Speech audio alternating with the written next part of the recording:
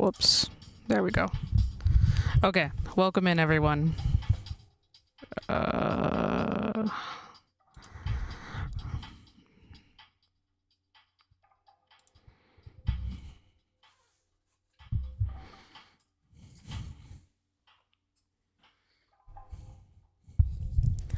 Okay, hold on, let me get the audio here correct. Properties. There we go. Ooh, okay. I see it's really loud on OBS. Okay, perfect, I think.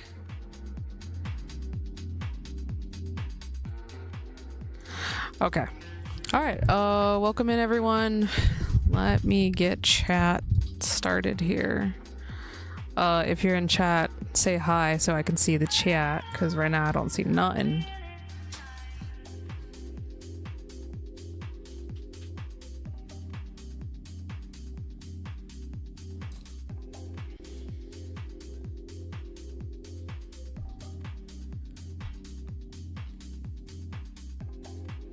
Yo, Bishonen in a box. Welcome in. Oh, damn.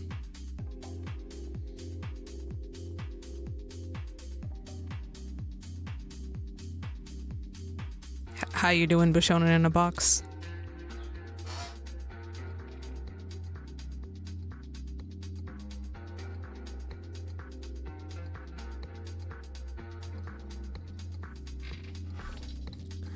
All right.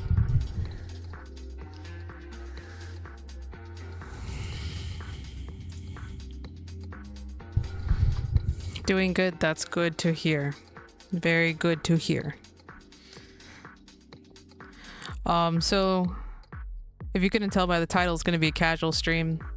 I mean, every stream is a casual stream, but this is extra casual because we got homework to do. We're going to be reading for one of my political science classes. Last time I just did a video, and this time I'm just going to do a Stardust, my favorite. How are you doing, Stardust? I hope you are well.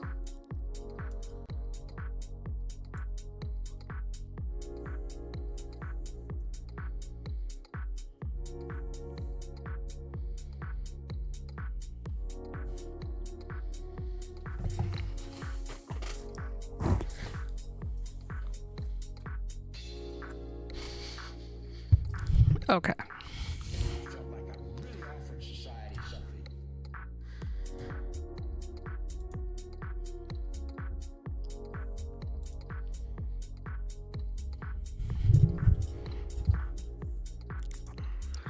Okay.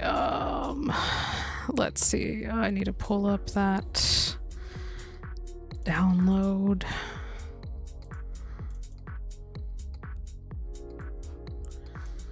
There we go. All right.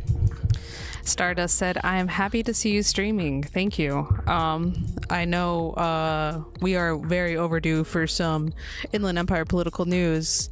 And I think we can definitely have the show this Friday. So anyone in chat, if you are here for IE news, Friday is the day. I don't know what time yet. We're gonna find out. I mean, we'll figure it out, and then I'll be sure to, like, I want to do like a thing where you can post the stream, like on YouTube. You can have it like be announced, if that makes sense. Something like that. Like, I don't know. I like Hassan, I'm also figuring out YouTube Live. And I don't even know if Hassan's still doing YouTube Live. Okay, hold on. Let me try to find the correct chapter of this book. And I also need to pull up the questions too, because we did not do that. Oh yes. Oh my god. He is not anymore. Yeah, that's too bad. I don't understand. I think I heard him say it was because it was too complicated for him. He couldn't figure out how to do multi-streaming. which is sad, but I'm sure maybe one day he'll figure it out. Okay. Oh, I also need to pull up the questions too, but we'll get started here in just a second.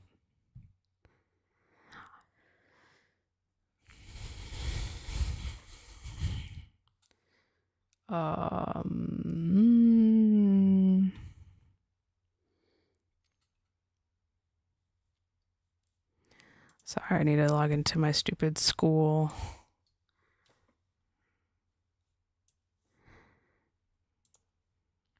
Stupid school email. To get into stupid Canvas. But anyways, back to Inland Empire political news. There's been a lot of stuff happening. I kind of held off on doing anything over the holidays because I felt like there wasn't that much stuff happening, at least locally. But now we got a lot of stuff happening locally. So one of the things I kind of want to cover on Friday's stream is the high schoolers walking out. And I still need to figure out which high schools have all done walkouts and how many days and like how many students per school.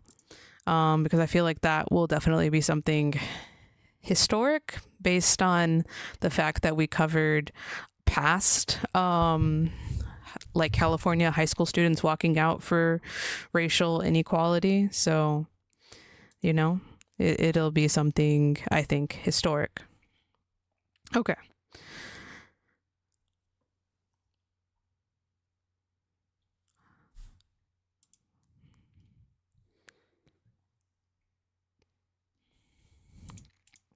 Sorry, I'm pulling up the questions here.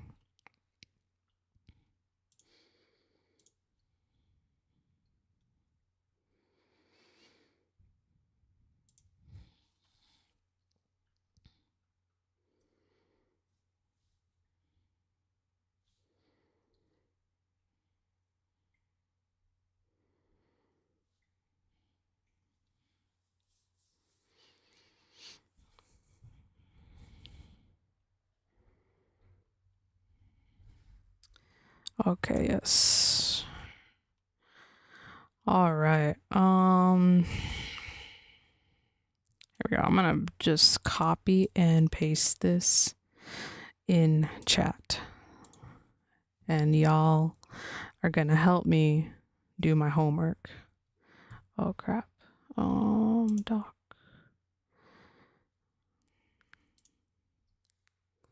Chat.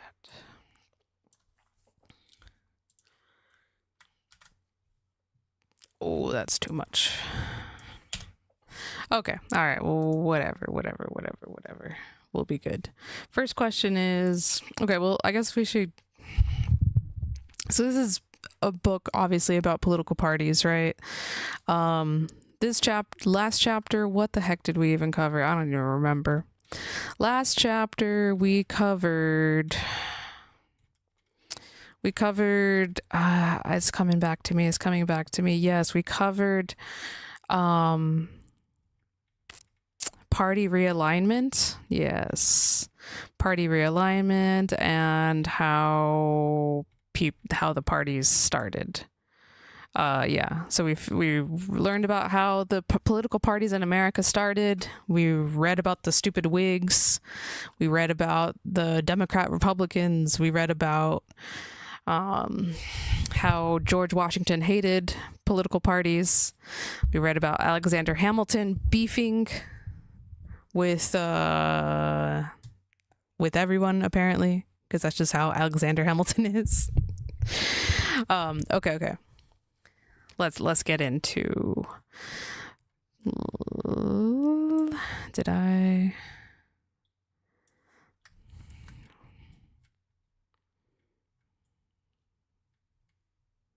Hold on. I need to just go to the page.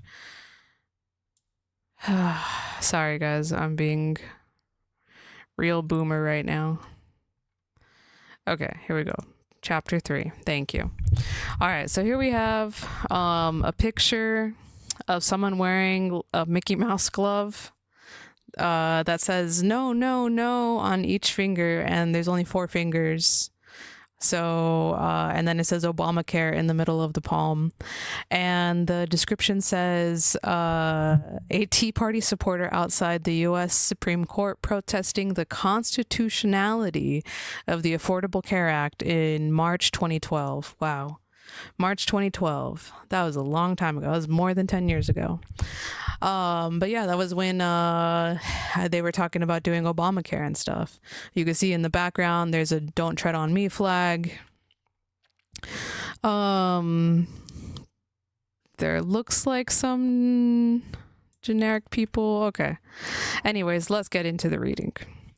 All right. No law passed in the last few decades has had as much political impact as the Patient Protection and the Affordable Care Act, often shortened to the Affordable Care Act, the ACA, or better known as Obamacare. That's right. It was originally a negative term.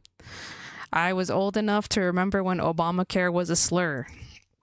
From its conception to long after its passage in 2010, the law has been one of the dominant issues of 3 presidential elections, and promises to create it, expand it, or repeal it have been at the heart of the congressional campaign for more than a decade.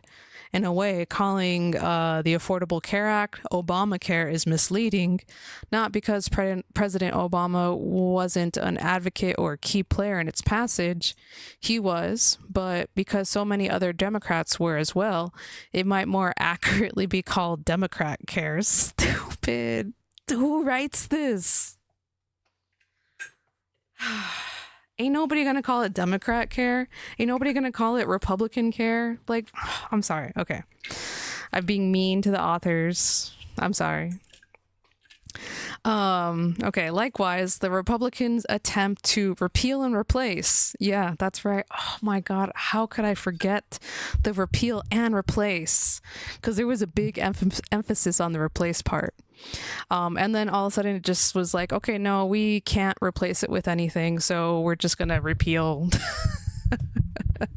Repeal and replace. The ACA in 2017 were less Trump care than Republican care. Yeah, because they didn't want it at all.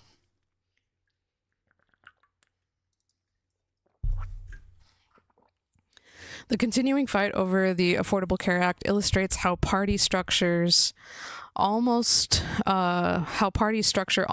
everything important in legislating.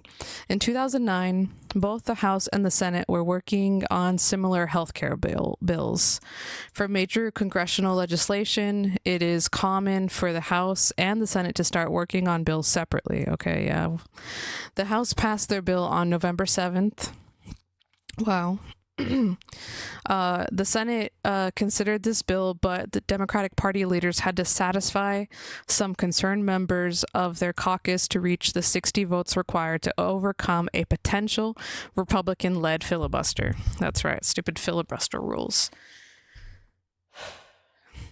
For instance, Senator Ben Nelson of Nebraska, one of the most conservative Democrats in the Senate, had several objections. Democrat leaders in the Senate and from the White House met with Nelson and negotiated language allowing states to limit funding for abortion and provide additional Medicaid money for Nebraska. Other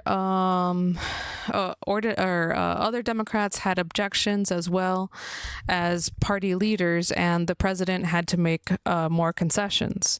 The Senate narrowly avoided a filibuster and passed their version of the bill.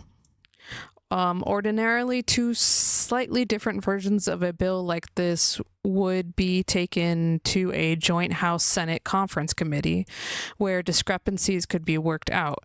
But before that could happen, Republican Scott Brown won a special election to replace the late Ted Kennedy as senator from Massachusetts. The Democratic Party strategized and decided that the House should pass the Senate's version of the bill.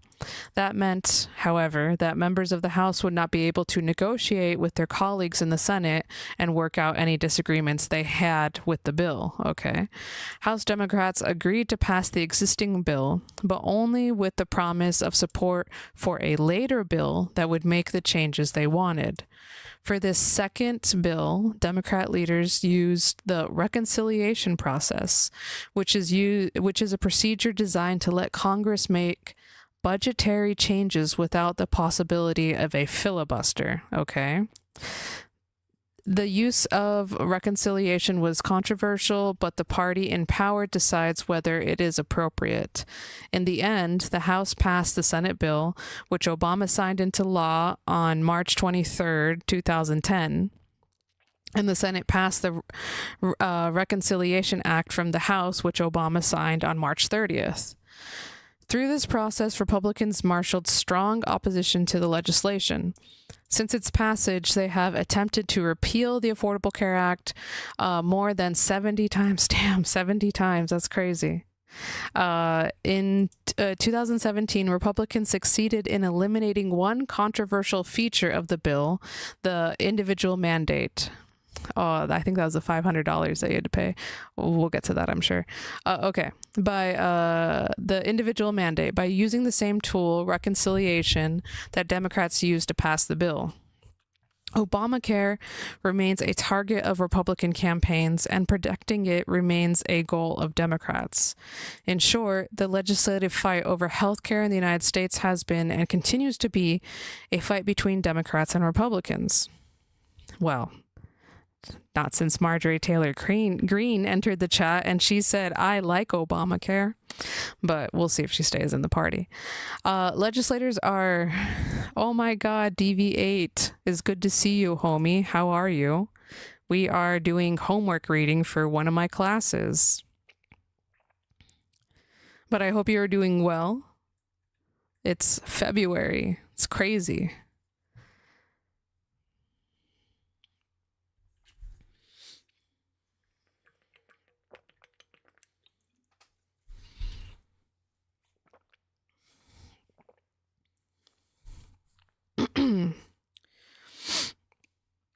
Sweet. So yeah, welcome in. Oh, real quick, let me see the one of the questions we needed to work on. I mean, that I needed to work on answering. is what is the leader of the House of Representatives called? Who currently holds that position? And what is their political party? The answer to the second part of this question is not in the book. Okay. You'll need to look that up if you don't know who is currently in that role. Okay. But the leader of the House of Representatives. Let's keep reading to see if we can find out what the answer to that question is. The second question is on the Senate, but we're doing the intro. All right, so here we go. Legislators are like any other large group of people. They need to organize and coordinate if they want to get anything done. Legislators in the United States do this in many different ways. They organize by state, by region, by policy area. They form committees to focus on specific issue areas, and they gather in caucuses to discuss shared interest in everything from fighting cancer to bicycling. That's bicycling, yes. Yes, we need to, we'll have a separate stream where we talk about bicycle legislation in America, because there's been some crazy stuff that's happened in New Jersey, and the little niche bike community that I'm part of has been losing their minds, and it's just so crazy to see bicyclists get so political now. When Bushona in our box, that's right, yay bikes.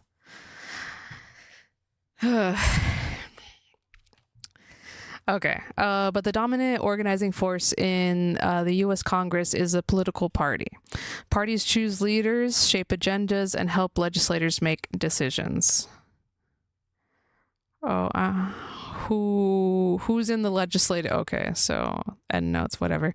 Who's in the legislative party? The United States has at least 56 legislators, including those of the national, state, and territorial governments. Notably, these do not include the many other smaller decision-making bodies that govern cities, counties, tribes, schools, and other political districts. Each legislator is different, but the basic party structure they adopt is similar. In this section, we first discuss how parties are organized in the House of Representatives and the Senate before turning to notable examples of parties in state legislators. Okay, the House of Representatives. Oh, this is going to help us answer question number 1, I think.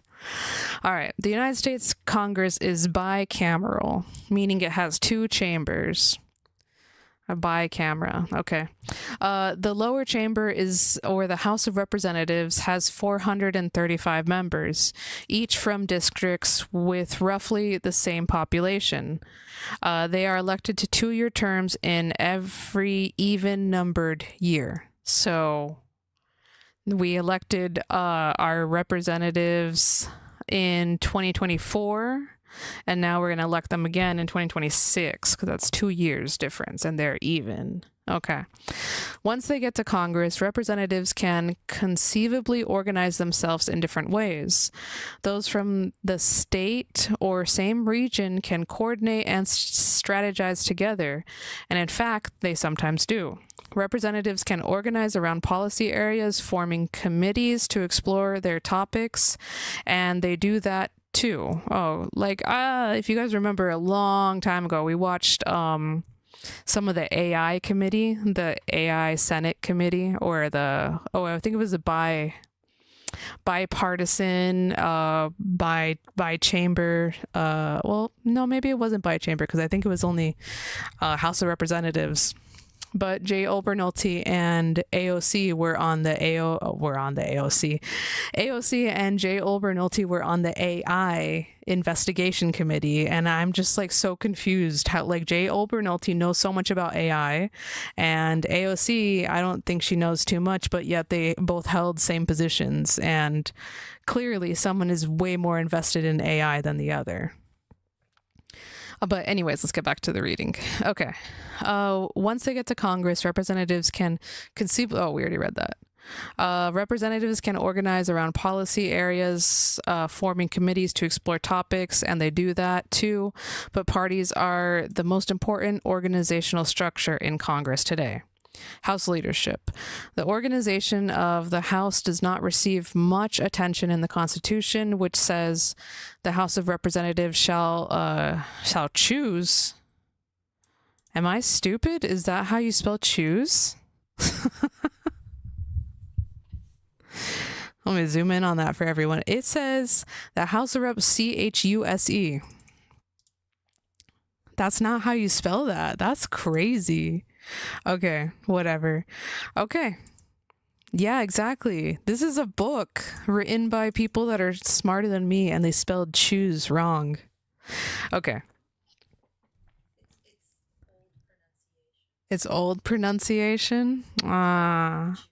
Old spelling of choose. Okay. Let me not be hating on our founders then, I guess. All right.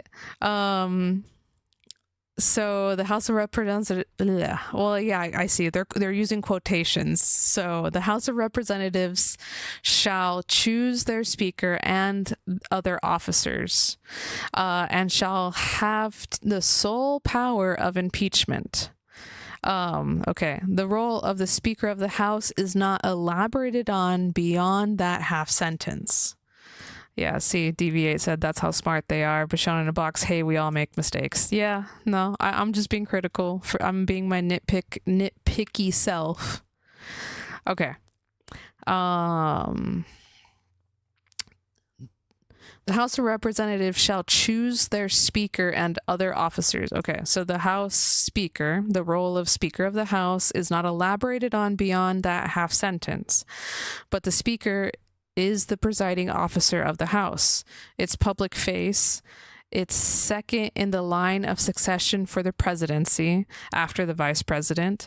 The speaker usually delegates the day-to-day presiding over debate, but organizational matters that are their ultimate responsibility. All right. While the speaker's role need not be partisan in effect, need not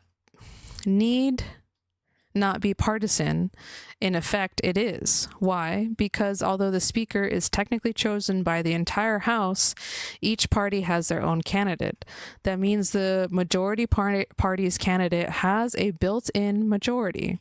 The speaker for the entire House is functionally picked by just the party, but just by the majority party's members. When the legislators arrive for their session in Washington, the members of each party meet in a closed-door session. The Democrats call this meeting a caucus and the Republicans a conference. Okay. But both serve the same basic function. Members of the House who are not in a party are sometimes invited to caucus with one of the major parties. Oh, so members of the House who are not in a party. Interesting. That sounds like Mr. Bernie Sanders, since he's but he's not a member of the House. He's a member of the Senate. Okay, I don't know. Maybe he was, well, I'm sure maybe he was an independent. I don't know. Okay. These gatherings are where the members come together as a party, and it is at these meetings that legislative strategy is discussed. Leaders are also chosen. If the party is internally divided, then the members may have trouble choosing a leader, but they are meeting as a party and they can sort out those internal differences before they bring the choice to the floor. Therefore, if everyone in the majority party votes for a leadership candidate chose by the party, that candidate will win. We witnessed an interesting test of this in 2018. House Minority Leader and former Speaker Nancy Pelosi was something of an unpopular figure in national politics.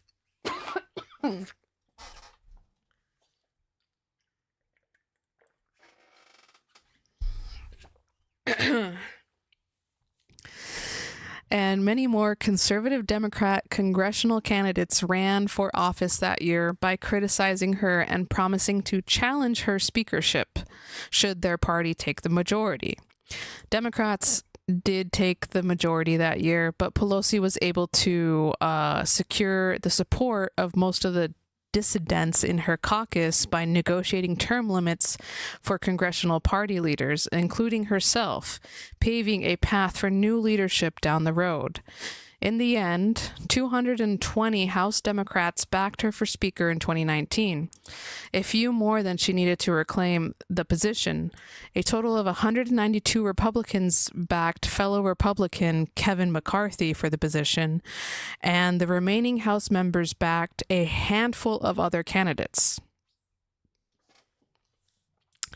Despite internal dissent, it was a party line vote that put Pelosi back in the speakership. And a party line vote is pretty typical. Figure 3.1 presents data. Okay, let's see. Figure 3.1. Members of the House not voting for their party's speaker from 1991 to 2021. Okay, so seems like Republicans historically in 97, well, whatever, in 97 they voted more for not their party. Is that what it was? Not voting for their party speaker. Ah, okay. 2011 Democrats switched. Interesting. Okay. Once elected, the Speaker of House technically speaks for the entire House. But who would we expect them to pay the most attention to? Since their re-election hinges not on the entire House, but on the support from their party. we would expect them to pay most attention to the interest of their party. This makes the Speaker the de facto leader of the party in the House, since they are in the position to set the agenda for the entire House. They set the agenda in the interest of their party. Each party also has a nominal leader, the majority leader and the minority leader, often chosen in the party caucus or conference. The House Majority Leader functions as a second in command to the Speaker, although their precise role depends on the nature of the Speaker's leadership style and on their working relationship. Many speakers delegate a lot of authority to the majority leader, who sets the legislative schedule and generally works out the strategy for moving forward with the speaker's agenda. The House Minority Leader is the head of the minority party, and the person of minority typically puts forward as their choice for speaker.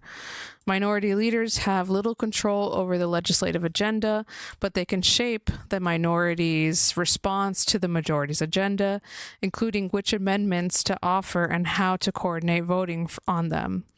Both parties also select whips. The majority whip and the minority whip keep track of expected votes. When a bill comes to the floor for a vote, the leadership of each party wants to know beforehand how likely it is to come out. The whips use informal conversations and a network of deputies to keep track of how members are planning to vote. These are called whip counts. If legislation won't have enough votes to pass, the majority may decide not to hold the vote at all, or they may try to revise the bill to make it more popular or to negotiate with unsupportive members for their support. Has anyone in chat seen the show House of Cards? I know it's kind of an old show, but Kevin Spacey's character was before he became president. Spoiler alert. Wait, I don't remember actually if he became. No, he did become president. Bashona in a Box said nope. Yeah, I know. It's not your show at all, Bashona in a Box. It is violent. It has adult situations. It's politics in its most gruesome form, I think. But anyways, the Kevin Spacey character, I forgot what his character's name was, but the Kevin's not that Kevin. Hold on. Spacey, House of Cards. Francis Underwood, that's what the character's name was. Okay, hold on. Francis Underwood, whip. Okay, so this was like the first time I was trying to find like a clip or something. Kevin Spacey's character was the first time I personally saw like he played the Democratic majority whip.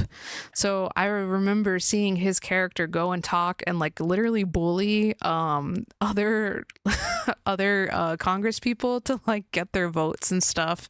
And I was like, no way, this is how it is. No way, this is how it is. Like, I think they even go as far to like go as far as here, let's see, I think it is in episode 1, isn't it? Okay, hopefully we don't get copyright for this, but President-elect Garrett Walker. Do I like him? No. Do I believe in him? That's beside the point. Any politician that gets 70 million votes has tapped into something larger than himself, larger than even me, as much as I hate to admit it. Look at that winning smile, those trusting eyes. I latched onto him early on and made myself vital. After 22 years in Congress, I can smell which way the wind is blowing. Oh. He said, I can smell which way the wind is blowing. He couldn't smell his cancellation. Jim Matthews, his right honorable vice president, former governor of Pennsylvania. He did his duty in delivering the Keystone State, bless his heart, and now they're about to put him out to pasture. But he looks happy enough, doesn't he? That's what they should have done to Joe Biden. It's simply the size of the chair. Okay, well, anyways, this has been a long time since I've seen this show. Like, I don't even remember. Well, it came out 11 years ago. Crazy. So anyways, like, yeah, Kevin Kevin Spacey from Advanced Warfare. I love that character. Kevin Spacey, you know, Kevin Spacey. Bashona in a Box said, "Is this show controversial?" It is because it was going on when Kevin Spacey got canceled, and then instead of just like canceling the whole show, whoever wrote the Netflix was like, no, we can't lose one of our big cash cows, so they just changed the show to focus on the wife character, and I think she became president. I'm not sure. Yeah, thank you. Yeah, she became president, and they just tried to rebrand it, but it wasn't the same. Because as you saw, Kevin Spacey's crazy. He played this weird Southern Democrat guy, who was like bisexual too. Jonathan Irons, I think his character is in Advanced Warfare. That's hilarious. Okay, sorry. We gotta stay on topic with this. The term whip comes to the U.S. Congress from the Parliament of the United Kingdom, which in turn imported the language from the world of fox hunting. I see. In fox hunting, the whipper-ins use a whip to drive the hounds back into the pack when they might stray. Oh no, you're literally hitting the dogs? Oh man. Okay. This is effectively what the whip count is meant to accomplish, keeping legislators from straying from party line, although herding hounds is probably easier than herding members of Congress. Yeah, so that was what was kind of the cool thing about that show, in my opinion, was that to see that conversing between politicians and like all the gross backdoor promises that they would make to each other. And I think Kevin Spacey's character was sleeping with other people. It was crazy. But yeah, politics is, you know, they should have got, hold on, this is going to be a good joke. They should have got Mike Rowe from Dirty Jobs to go to DC, and he should have done Dirty Jobs there, because oh my God, politics is a dirty, filthy job, I think. Okay. Anyways, back to the reading. House committees. Congress has also organized in subject matter committees under Congress's traditional procedure or regular orders. Bills are first sent to those committees which debate the legislation's merits and revise it before forwarding it to be considered by the entire chamber on the floor. Committees are shot through with partisan influence. To begin with, it's the parties that choose committee membership. Specifically, the House Republican Steering Committee assigns Republicans to committees, and the Democratic Party Steering and Policy Committee assigns Democrats. Both of these committees are made up of the caucus leaders discussed above, as well as members representing different parts of the country and levels of seniority. The Democratic Party Steering and Policy Committee also advises on legislative priorities, while the Republicans do this with separate party committees. With a separate policy committee. Okay, interesting. Each committee's membership is roughly proportional to the partisan split of the chamber. This means that if Democrats are the majority, there are more Democrats on every committee, and the committee chair of every committee will be a Democrat. When the committee meets, the majority party will always be able to prevail on votes if it is united. The chair has considerable power over how the committee will be run and what priorities it will take. The most senior member of the minority party is the ranking member. Since committee membership is assigned by party leaders, the committee chair and ranking member will be chosen by the leaders. Members who are more helpful to the party by voting with it or by raising money for it, for example, are more likely to get the committees they want. See?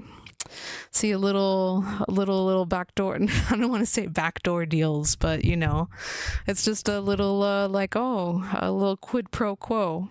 You know, you bring in money, you get to be on the committee that you want to be on, which I'm sure Jay Obernolte did. Okay.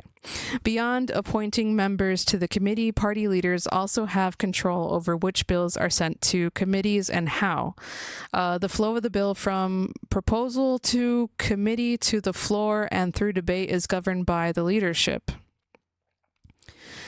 They decide which committee the bill will go to, as a Barbara Sinclair pointed out in the Unorthodox Lawmaking.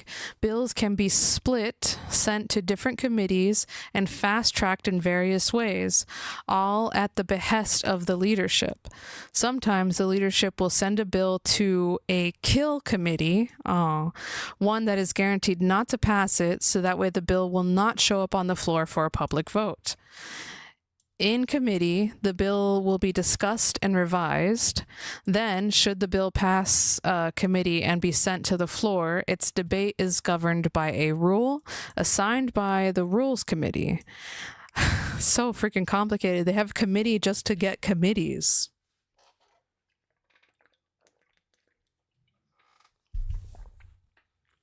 This is why I don't ever want to be a politician. Don't want to have to do this, like, work your way up to the top little, you know, kiss ass game. I already know. We done. We are a 32-year-old woman. We are not playing games like that anymore. All right. The rule determines how long the bill will be debated, whether and which amendments will be in order, and so forth.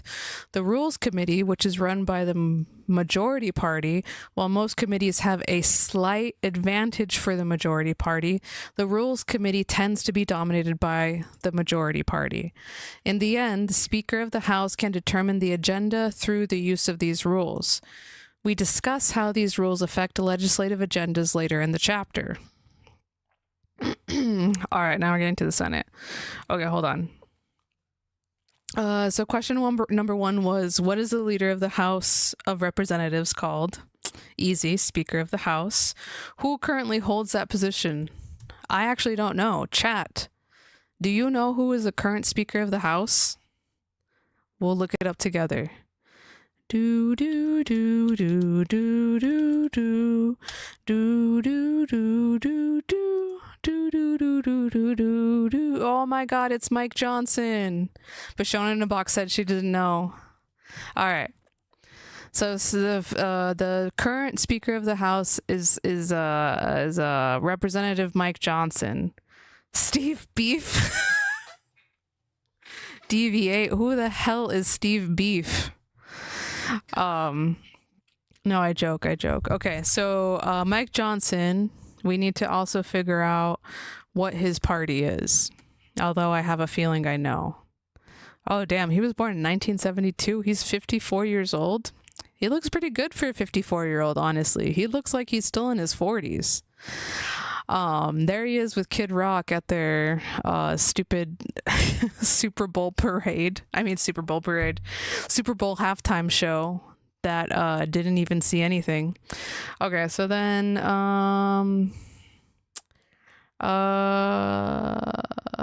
okay, so who currently holds that position? What's their political party? Mike Johnson. He's a Republican.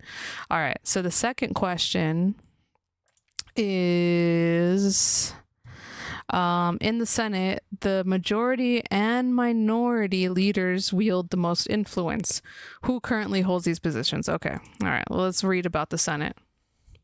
Stardust City Hag sent a link. Deviate said Republican bootlicker.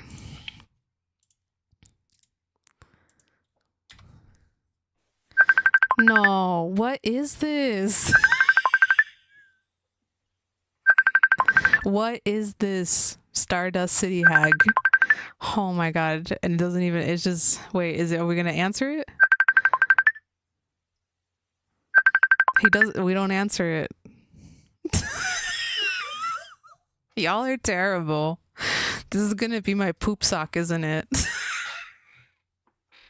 It's so scary. Why does it have minion teeth?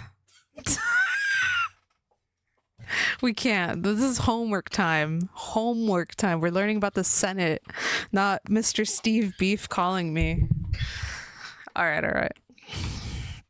Okay, the Senate. If the House is strongly organized by political parties, then by comparison, the Senate is not. The Senate is known for the power that individual senators wield, making its members less beholden to party leaders than members of the House are. But parties are highly influential even here. Bashona in a Box said, "Hey man, it's your fault live streaming while doing homework." Nightmare of Fuel and Stardust City said apologies. It's okay. Stardust, you are forgiven as always. Bashona in a Box, this is your fault.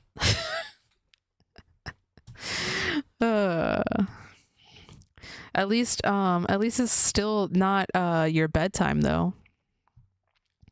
Okay, the Senate has 100 members, 2 from each state, elected at staggered 6-year terms. About 1/3 of the Senate is up for re-election every even-numbered year. That means that senators can spend less time worrying about re-election than do members of the House. Few members and less focus on re-election mean there is less demand in the Senate for managing the workload. Ultimately, the Senate is governed less by party organization and more by individuals, and any one senator can gum up the works, and any one senator... Oh, I see. Any one senator can gum up the works. You mean they can throw a little piss hissy fit, a little temper tantrum. Okay. The agenda and most other procedures in the Senate are determined by unanimous consent, meaning that if any one senator objects, the plan is scrapped. Disgusting. Senators also have the power to filibuster or hold the floor indefinitely, preventing any work from being done. As discussed later in the chapter, the mere threat of a filibuster can cause the Senate to move on to a different topic. Oh yes, we have had a lot of filibustering happening lately. Mr. Hakeem Jeffries, right? I think it was Hakeem Jeffries. Filibuster history.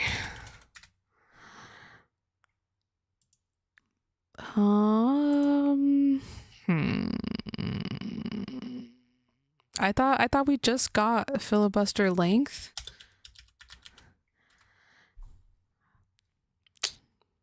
Or was it Cory Booker? Okay, here we go. It was Cory Booker, wasn't it? I said Hakeem Jeffries. I am a racist. Cancel me right now. Hold on. Why? I thought they made such a big deal out of this at the time when it freaking happened. You would think it was like the freaking March on Washington. Okay, well, you know what? Apparently it wasn't historic enough to make the top page of Google. Okay, whatever. Back to the book.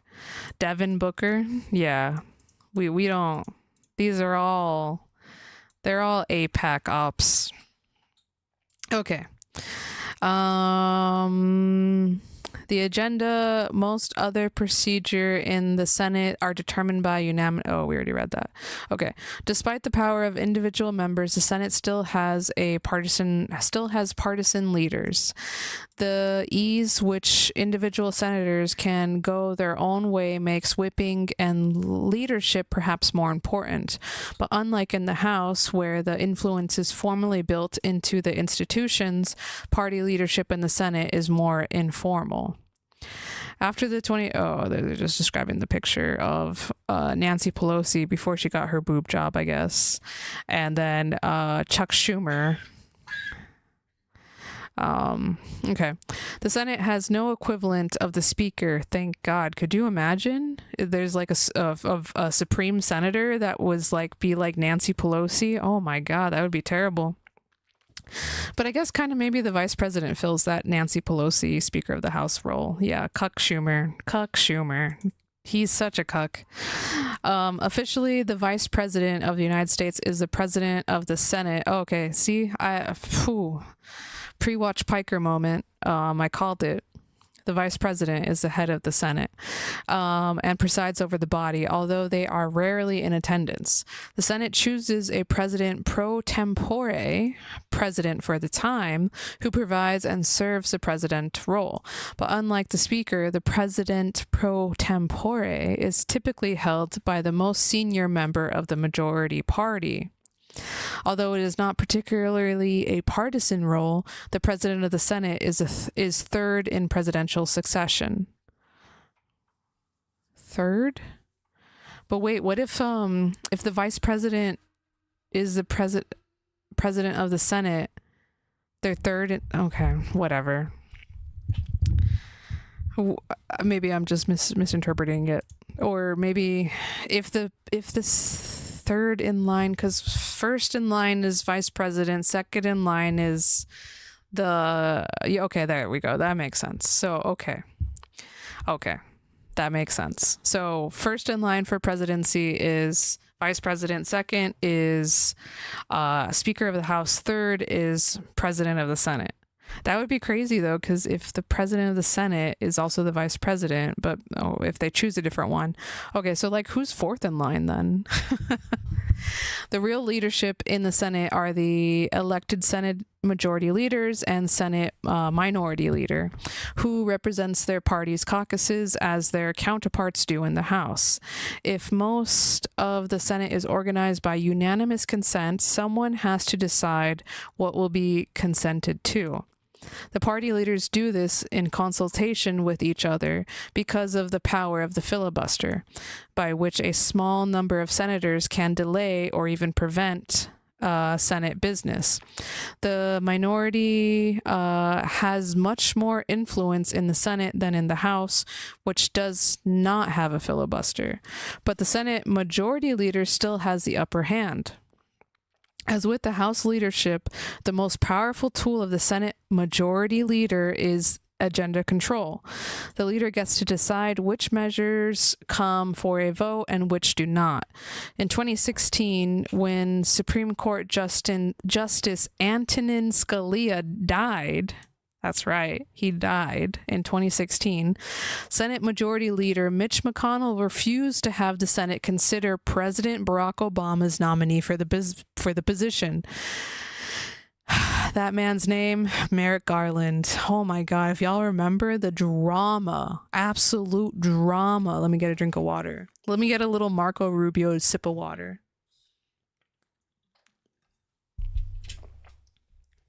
With my ginormous bottle. Okay. As a result, the seat would not be fulfilled until after the 2016. Shout out to water. Hell yeah. Thank you, DVA. It's a hydration time, boys. Be sure to drink your water. H2O. Shout out. As a result, the seat would not be filled until after the 2016 election, when a new president of McConnell's own party could nominate someone for it. This was certainly a controversial and historically unprecedented use of the power of the Senate majority leader, but it was not an illegal or unconstitutional one. That's right. State legislators. 49 of the 50 state legislators are also organized along party lines, similar to Congress. While every state is different, all but one have bicameral legislators with a lower house and a upper house that reflect the difference between the House and the Senate at the federal level. So every state is all but one have a bicameral. What state does not? Oh, the exception is Nebraska. Yikes. Okay. So every state has a bicameral legislator, which we have here in California. It's the Senate and the Assembly. Okay. Party leaders direct legislation through rules and partisan coordination, much like in Congress. The one exception is Nebraska, which has a unicameral legislature that is officially nonpartisan. I have a hard time believing that. In Nebraska, legislators run for office without political labels and do not formally organize as parties in office. Committee chairs and chamber leaders are selected through secret ballots rather than party line roll call votes.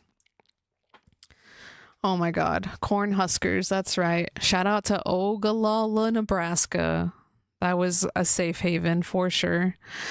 Interestingly, however, as politics in the country has become more polarized, so too has it become polarized in Nebraska. Party organizations outside the legislature still shape political careers and influence who gets elected. But the legislature is not organized in a partisan manner in the way that Congress is. Nebraska's legislature has 49 senators, fewer legislators than any other state in the country. This may be one reason why the legislators don't need party leaders to help keep them organized, because there's so few of them. The most significant variation across state legislature is in how professional they are. Some state legislators meet for long terms with members who make it in their career. Others meet for a limited period of time, and their members typically have other jobs when the legislature is not in session. For example, state legislator in California are full-time, earn $104,000 per year, and meet consistently over the 2 years between elections, while state legislators in Texas are part-time, earn $7,200 per year, and are in session for only 140 days, plus any short special sessions in a 2-year period. That's crazy. Texans, oh my God. You have to have another job to be a politician, to be a state legislator in Texas. I bet they have a lot of wealthy people in representing them. Interesting. Okay. The more complicated the job of the legislator, the more members. The more legislation, the more professional. The more it will need some sort of organization. The next section explores why that is and why legislators tend to use parties to organize. Texas, damn, what's wrong with y'all? Yeah, imagine you spend all this money campaigning, spend all this time campaigning for a job that you only get paid $7,000 per year for. That's crazy. And you have to do all that traveling too.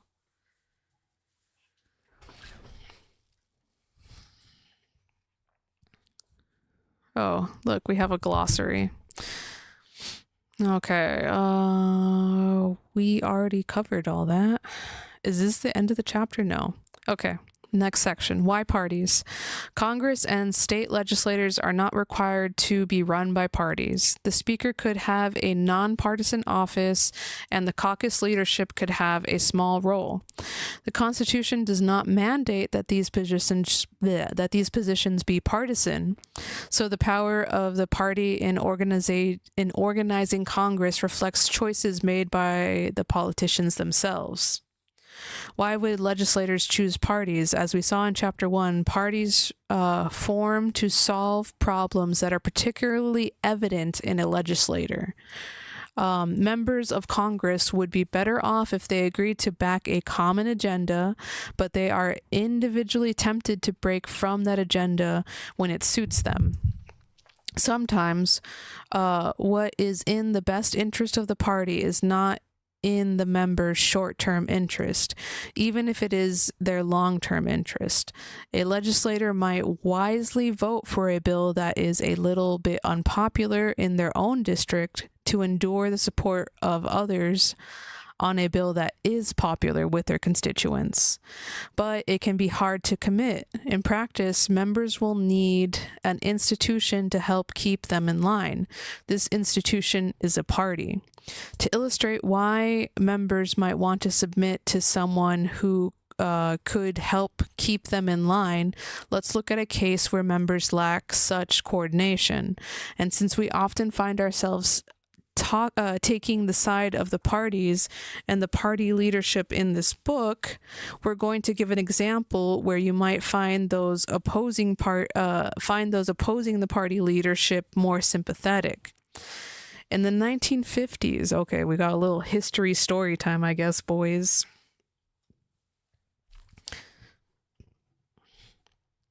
Democrats, okay. In the 1950s, the Democratic Party was a coalition that included Northerners who wanted more rights for labor and for African Americans, and Southern whites. Northerners who wanted more rights for labor and for African Americans, and Southern whites who were more conservative on most things, but especially on civil rights.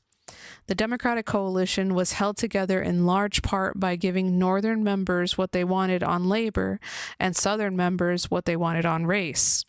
This compromise kept the party together, but of course, it was a problem for African American Democrats who were frustrated by the lack of attention to, let alone progress on, civil rights issues. Representative Adam Clayton Powell, a Democrat from New York, then one of just the few African Americans in Congress, devised a strategy to bring issues of segregation into the congressional agenda. Whenever plausible, Powell would introduce an amendment to a bill that would restrict its benefits to states that were not discriminating against Black people. These pro-civil rights amendments created a dilemma for Democrats. To see why, look at Table 3.1, which outlines the basic preference of 4 different groups in Congress. We don't know for certain what everyone wanted at the time, but based on their behavior and what we know about each of their districts, it's reasonable to make some educated guesses. Oh, I love educated guesses. Each column in the table is the group's rank-ordered preference. For example, in the leftmost column, Northern Democrats want the spending bill with a civil rights amendment first, but would be okay with just the spending bill if they can't have that, and prefer the status quo least. As the table shows, most Democrats support the amended bill, while most Republicans opposed it. But Powell's amendment messed that up. Before the bill could be considered, the Powell amendment would be voted on, and at that point, Northern Democrats were happy to have the amendment because they and their constituencies mostly agreed with Powell. But Southern Democrats would not, since theirs were the states that the amendments would have prevented from getting the funding. Republicans, meanwhile, were probably split on the amendment. Many agreed on important civil rights reforms. Others might be happy to see less funding go to Southern states represented by Democrats. Okay, let's try to examine this table. Okay, estimated preferences on Powell's Civil Rights Amendment. Okay. So Northern Democrats was 120 members. They wanted the original bill plus some Republicans, mostly from New England. Southern Democrats, mostly Republicans. Interesting. Okay, so all the groups are all kind of the same size, 120 members, 100 members, 140 members, and except for the Southern Democrats, they're the smallest one. They just wanted the original bill without the Powell amendment, and I see their second choice was the status quo, the Southern Democrats, whereas most Republicans' first choice was the status quo. Second choice was this. Third, interesting. So the Northern Democrats and some Republicans, mostly from New England, so that would be from the North, they literally aligned with Northern Democrats. Interesting. So you see kind of the shift, right? Okay, let's keep reading. The key, though, is what happens when legislators with these preferences actually vote. The first vote is on the amendment. The second is on the final passage of either the amended or unamended bill. And at that point, with the preference in Table 3.1, the unamended bill will pass with the votes of all Democrats and some Republicans, while the amended bill would not, because Southern Democrats joined most Republicans to vote against it. Legislators know that voting for the amendment is equivalent to voting against the bill. Political scientists distinguish this strategic voting, in which legislators vote based on the ultimate outcome, from sincere voting, in which they vote on the immediate question at hand. Strategic voting might even be why some Republicans voted for the amendment. Meanwhile, Democrat leaders wanted their members to vote strategically. Okay, so like instead of voting, very, very complex. Very complex. It's like playing checkers versus chess, right? You know, you could do the immediate vote, you know, the sincere voting, you know, voting from the hip, I guess. Shooting from the hip. Nah, and then it's a strategic one. Okay. Yeah, because you play the long game. Interesting. Okay. Where do we leave off? In 1956, Congress was considering a bill to provide federal funds for education, and Powell introduced his amendment that would prohibit funds in states that, oh, we already read that, did we? No, I don't think we did. Democratic whip Richard Walker Bowling recruited former President Harry Truman to sign on an open letter urging Democrats to vote against the amendment. Voting from the hip. I remember being told that in Call of Duty. Yeah. Yeah. The Powell Amendment raises some very difficult questions. I have no doubt that it would put forward in good faith to protect the rights. Man, it's even in video games, yes. Everything is in video games because everything is a video game. However, it has been seized upon by the House Republican leadership, which has always been opposed to federal aid to education as a means of defeating federal aid and gaining political advantage at the same time. I think it would be most unfortunate if the Congress should fall into the trap which the Republican leadership has thus set. This is what would happen if the House were to adopt the Powell Amendment. The result would be that no federal legislation would be passed at all, and the losers would be our children of every race and creed in the State of the Union. Bowling's efforts may have persuaded some. 42 Northern Democrats voted against the amendment, joining 107 Southern Democrats. But with support from the Republicans and 78 Northern Democrats, the amendment passed. At final passage, however, 140 Republicans, not all from the South, switched to oppose the bill, and thus the bill failed. This left Democrats with nothing when they could have at least gotten the education bill. And, as Bowling's efforts indicates, they knew it. So, why did so many Democrats not heed their leader's advice? There are two big reasons. First, voting strategically is hard to explain to constituents. They would see that their Congress members voted against the interest of Black people. The careful reasoning behind which such a vote was for the best might never be understood. Second, many Democrats agreed with Powell that their party should care more about the civil rights movement. It's one thing to sometimes give up on what you want in the interest of long-term log roll that the party manages, but African Americans were always giving and never getting. A big part of the Powell Amendment's story is what happens when a party is divided over something so fundamental as civil rights. But parties are always divided over fundamental issues and over issues that may be important to only a few. Ideally, the party seeks to avoid fighting over those issues and to focus on the things that they do agree on. In this case, school funding. Okay. Managing internal disagreements.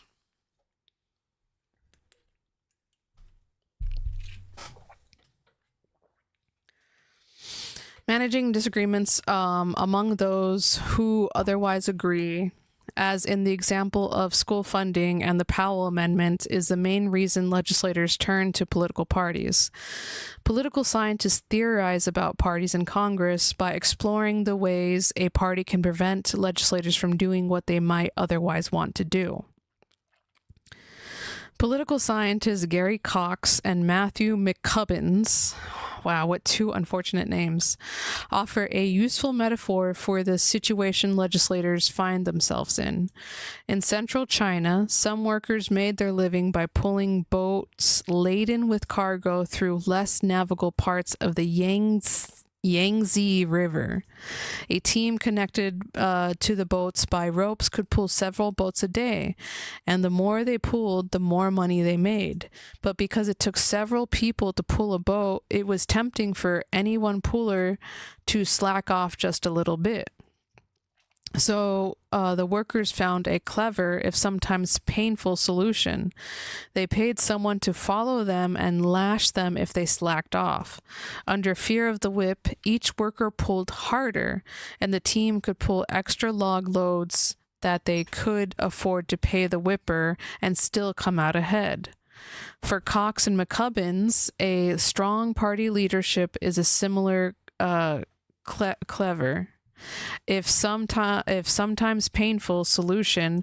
Party leaders have the power to influence and manipulate members into acting the way that is their collective best interests. Of course, this is only wise if the party leaders do, in fact, keep the interest of members in mind.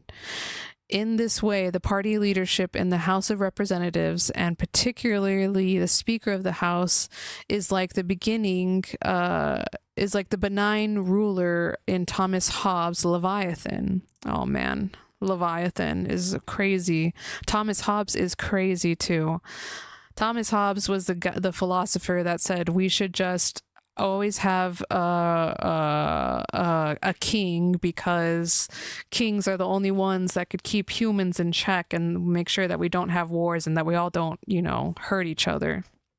But in the process of that, the Leviathan is a symbol, I think, if I remember correctly, a symbol for a ginormous government body organization, right? That just does nothing. Not based, yes, not based. So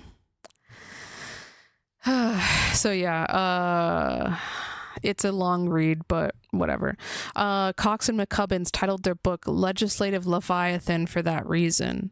Without leadership, Hobbes argues, people live in a dangerous world that is solitary, poor, nasty, brutish, and short.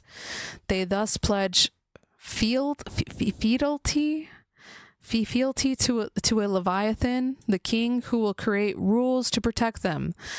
But key for Hobbes is that the Leviathan serves their purpose. If they do not, they are no longer just and no longer deserve the loyalty of their subjects. So yeah, Leviathan, big governing body to protect everyone, right? How then to make sure that leadership does what it is supposed to do? Cox and McCubbins argue that the interests of party leaders are aligned with their members because the members elect the leaders. If the leader fails to advance an agenda that re-elects existing party members and expands their ranks in the legislature, then they will be replaced. If the leadership serves its constituents in the legislature and the legislator well, they will act together to advance their party's interest and thus, they hope, get reelected.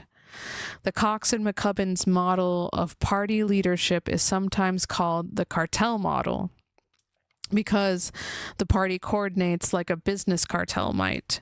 Each member is independent, but they enter into an arrangement to work together, and they end up better for it. The model helps explain why legislators submit to parties. The party prevents fracturing of the sort that the Powell Amendment exposed by empowering leaders to decide whether an amendment will be considered or not. When possible, those leaders can even negotiate compromises between factions like the Northern and Southern Democrats. But often, such compromise is not possible at all. The cartel's model doesn't say much about what happens in that case, but another approach called conditional party government emphasizes the consequences of serious internal conflict.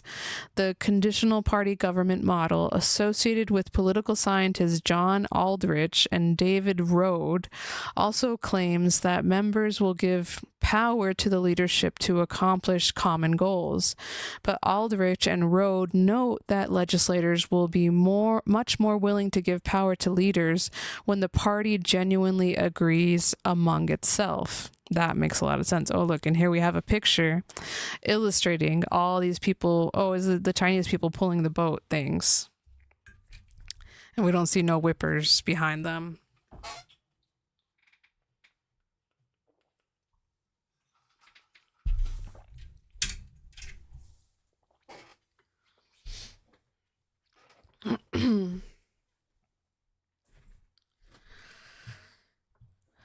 Yeah, Bishon in a box said, damn.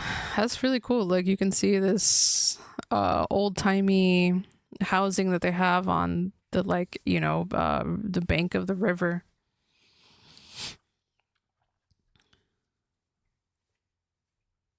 Okay. In particular, Rode observed that the Democratic caucus in the House became more homogeneously liberal after the wave of Watergate babies were elected in 1974. I don't even want to know what Watergate babies are. But it sounds better than COVID babies. See, what happened is that when Richard Nixon went to the Watergate Hotel, he met a bunch of women. No. Yeah, and those are all the Watergate Hotel babies. No, hold on. Let me look up what Watergate babies are.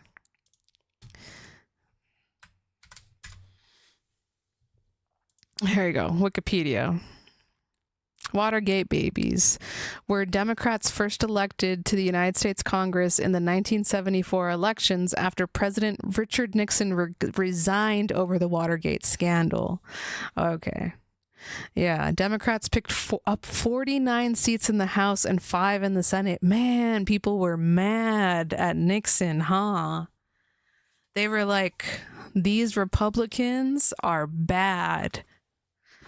Nixon is a bad Republican. That's crazy. That's crazy. Crazy. Okay.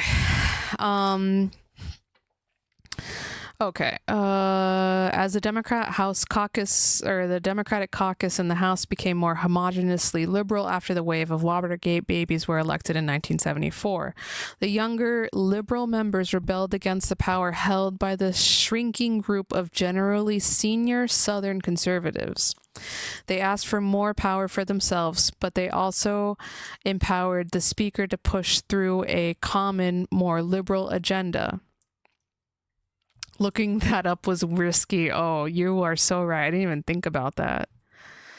You know, anything with the word babies in it. Oh, well, at least it was a, well-established term in the political science world that there was a whole Wikipedia page for it, and that was the first result. Thank goodness. Aldrich and Rode argue that when legislators become increasingly homogenous, they give leaders more power, and when they have internal disagreements, they wish to keep more freedom to do so as they would prefer. The logic of conditional party government helps explain how the Powell Amendment made it to the floor for a vote. A strong party leadership would have prevented it, but the party leadership was not as strong then, precisely because the members didn't agree enough to empower them. It is one thing for party leaders to prevent minor disagreements from derailing the party coalition, but major disagreements, such as those over civil rights, are not so easily set aside. And that's why we had the political realignment, I bet, right? That's why the parties switched. That's why all of a sudden Democrats were no longer racist against black people. Political scientists have continued to revise these models of congressional party organization, especially the conditions in which a party will be strong and those in which it will be weak. For instance, John Patty argues that different members of the party will differ over how strong they want the party leadership to be. He says the party will settle on the median preference. Francis Lee argues that party voting derives from a team spirit that parties cultivate. Gregory Koger and Matthew Lebo developed a model of what they call strategic party government, in which the parties empower their leaders in their desire to be reelected. Even if they don't agree with everything the party leadership might want, they are willing to forego some of the preferred policies to serve the goal of reelection. Reelection is always what it's about, isn't it? That is, they're willing to back their party even on the issue if they don't agree with, because they believe it'll help them win their next election. They might even do it if the condition of the conditional party government is not met, because they need to consider the power of the opposing party.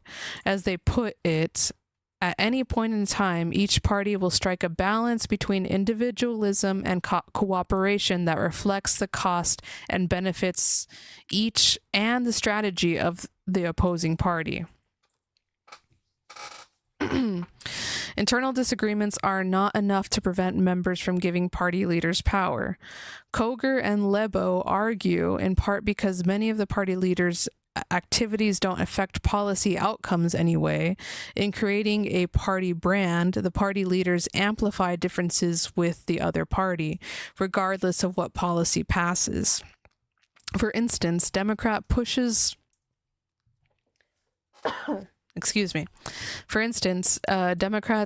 pushed a plan to extend funding for Planned Parenthood in 2015. Since Democrats were in the minority, the plan was doomed to fail. Koger and Lebo write, but highlighted opposition among Republican senators in precarious states. I'm sorry for the cough, DVA. I should have muted it. But conflict with the other party can even an ideological diverse party to want strong leadership. Each party will organize not only in response to the needs of their own party, but in response to the other party's organizations as well. Koger and Lebo argue that both parties may end up with similar strategies. Oh, political science toolkit. I don't know what this part is. No, it's okay. I know this is very boring and dry, but we're almost there, I think. Because question number 3 is, why is partisanship historically more relaxed in the Senate compared to the House? And that's an easy answer. It's because they have longer term limits. You know, they don't have to campaign all the time. And yeah, they just have 6 years instead of 2. Okay. All right. What is negative agenda control? That's the last question, so be on the lookout for that. Do we have to read this toolkit thingy? Oh, is it just like an example? Voter in the middle always wins. Blah, blah, blah. Very complex. Keeping members in line. Another spatial. Okay, let's go through the model.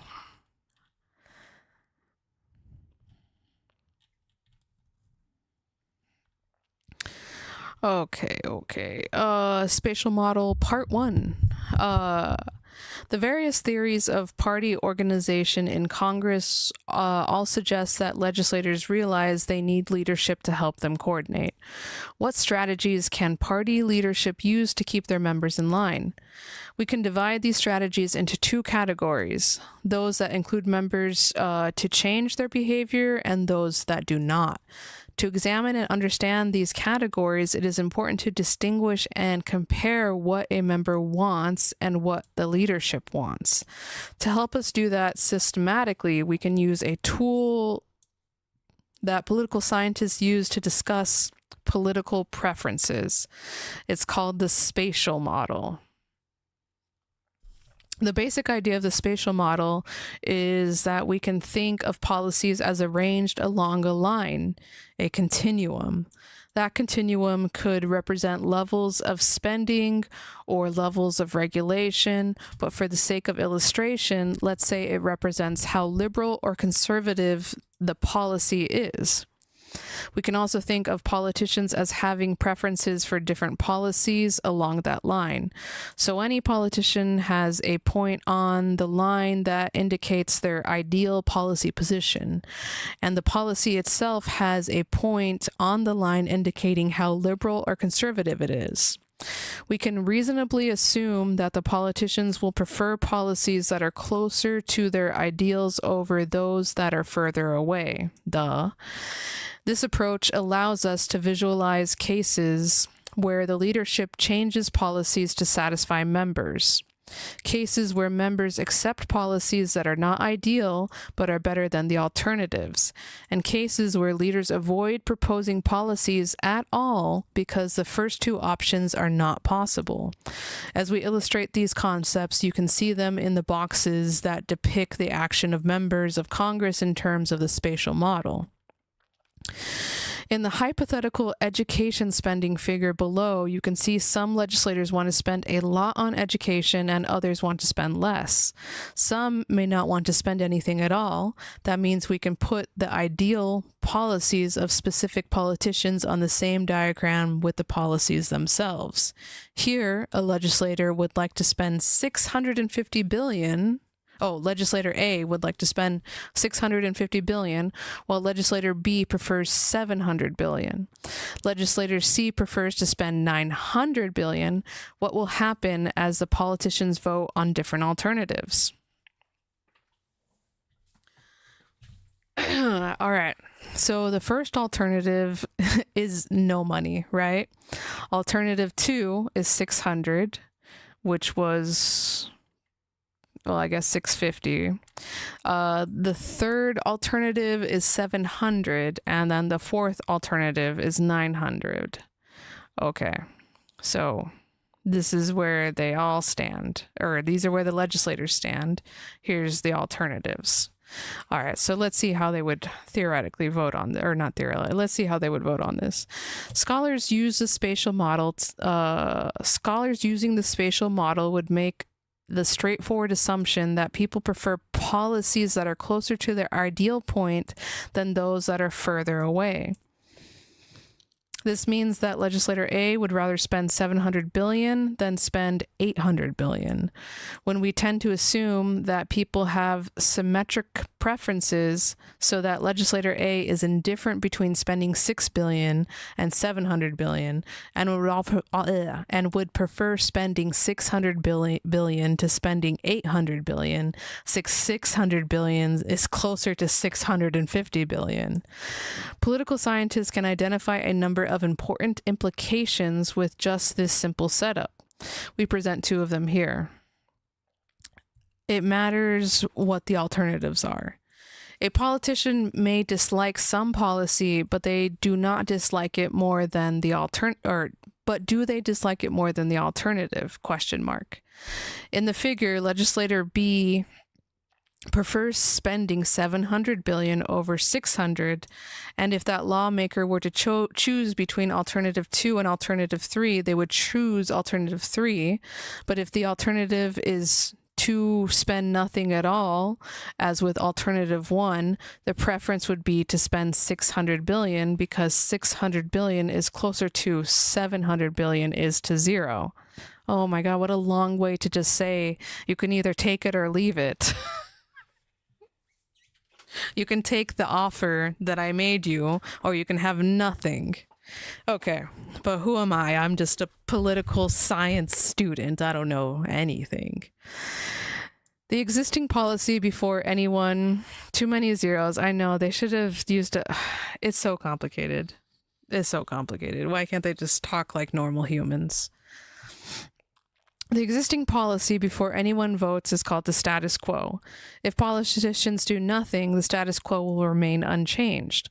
Though sometimes, if politicians don't act, policies will revert to something else, such as when a law has been built-in expiration or sunset date. This example and the decision requires a vote using majority rule. If these 3 legislators were to choose between alternative 3 and 4, they would choose alternative 3 because legislator A and B both prefer spending 700 billion to 950 billion. But suppose the choice is between alternative 4 and alternative 1. So if the higher budget doesn't pass, nothing is spent at all.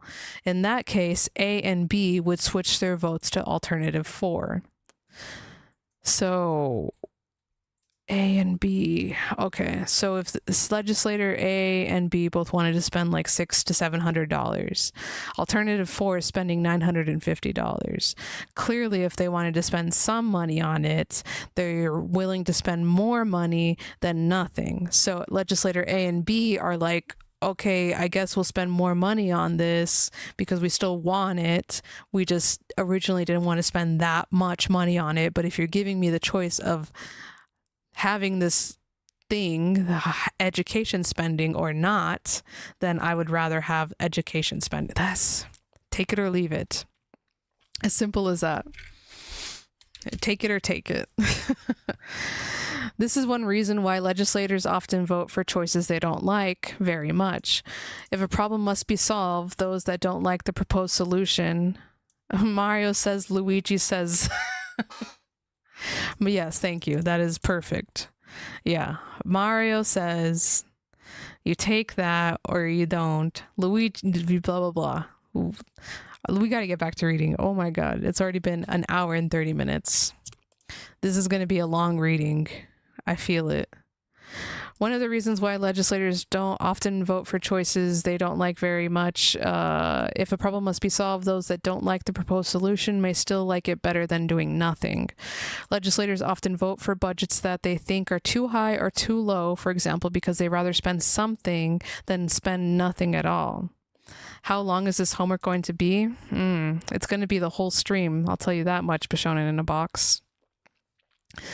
The alternatives that legislators vote on don't come out of nowhere. The status quo is often beyond anyone's control, but someone gets to choose the other alternative that everyone else gets to consider. We call that someone the agenda setter. The agenda setter is the U.S. House of Representatives. In the U.S. House of Representatives is genuinely the majority leadership, the Speaker of the House and the rest of the leadership team. Setting the agenda includes choosing which options are available as well as what order they are voted upon. So in our education spending scenario, if the status quo is nothing is spent at all, an agenda setter could make it so that any of the other 3 alternative wins.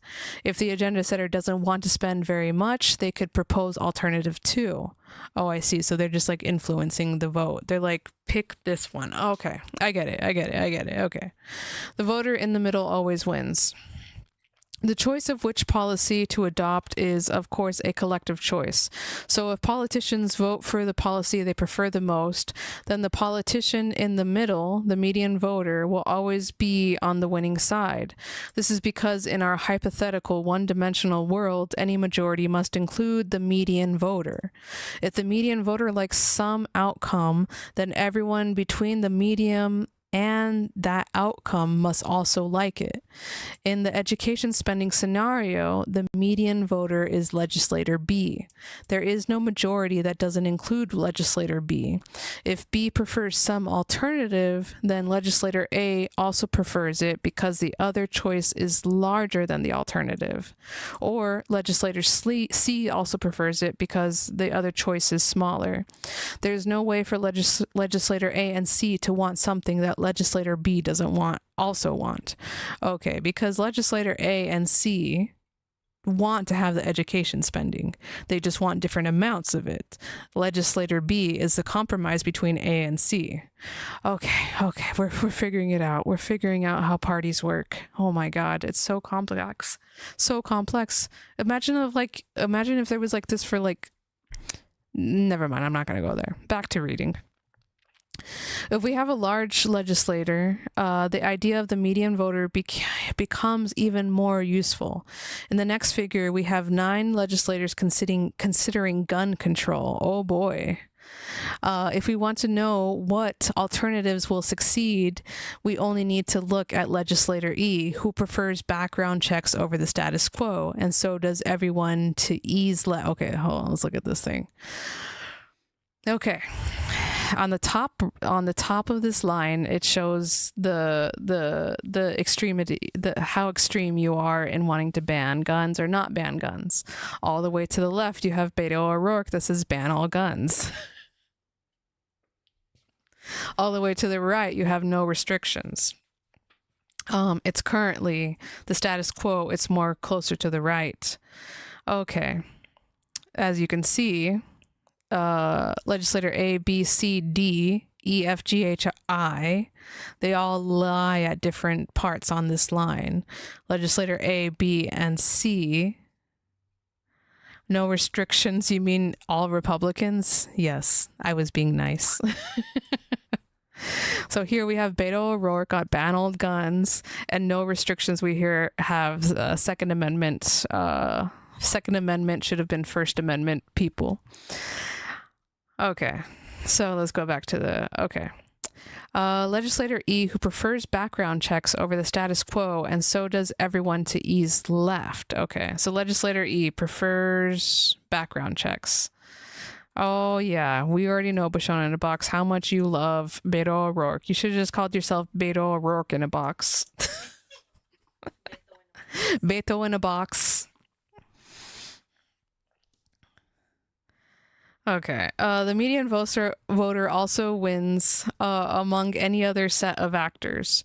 In the U.S. Congress, bills are often referred to a committee before they move to the floor. Stardust said Beto in a box.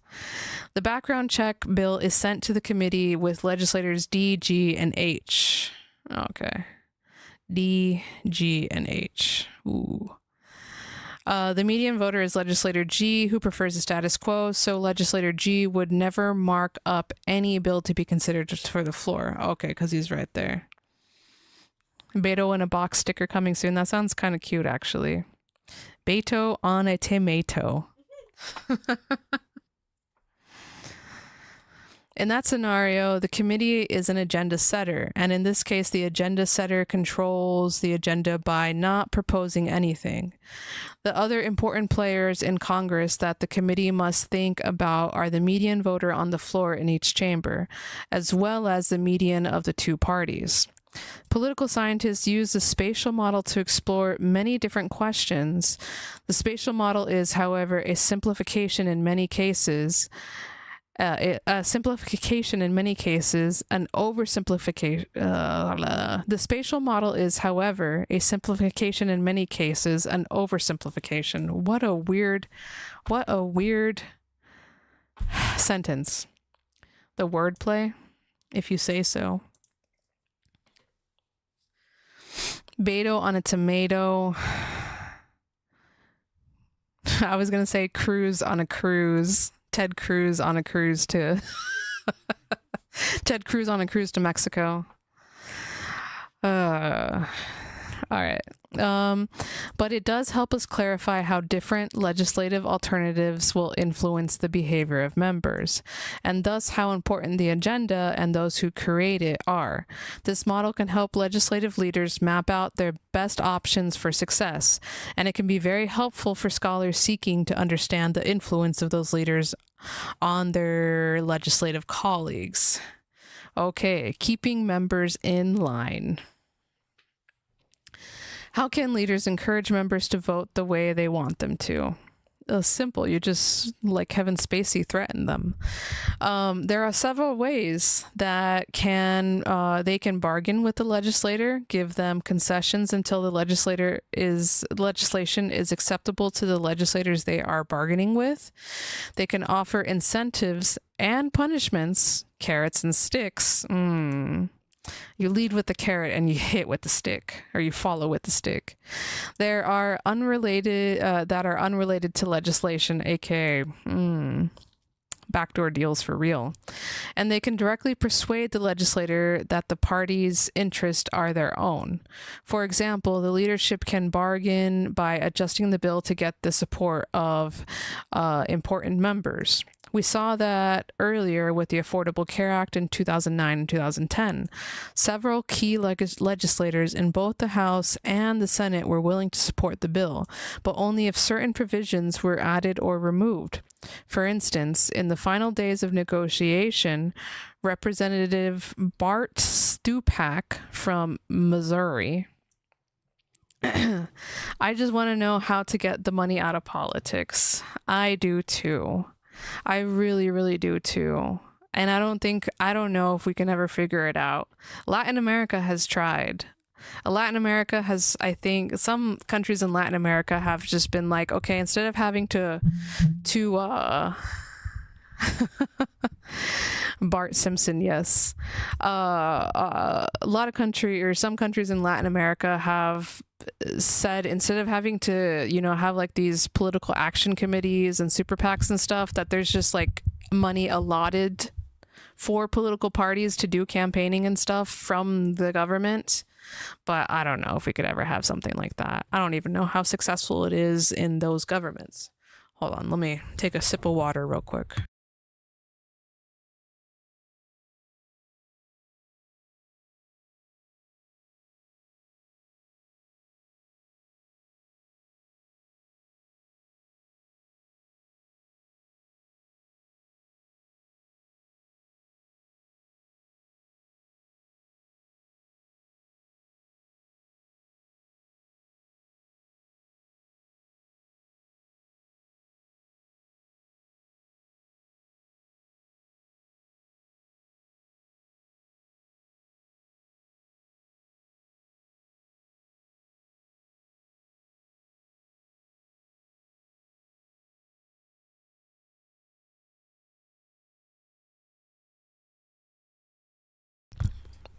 Okay, we're back. All right. So Representative Bart Simpson opposed the Affordable Care Act because he wanted restrictions on federal funding for abortion. He and Representative Joseph Pitts, a Republican from Pennsylvania, proposed an amendment to do just that, but the amendment failed. President Obama negotiated with Stupak and issued an executive order restricting abortion funding, which earned Stupak's vote. Most compromises show up in the text of the bill itself, of course, and not on the inside deals like the one you just read about. See? Backdoor deals, inside deals from Obama. The final product usually involves just enough compromise needed to get sufficient votes to pass. Again, looking at the Affordable Care Act, the final proposed jettison things like the public option, which would have introduced a government-run insurance option among existing insurers, while many Democrats wanted the public option. That provision likely would not have had enough support from moderate Senate Democrats, dropping that part of the bill that was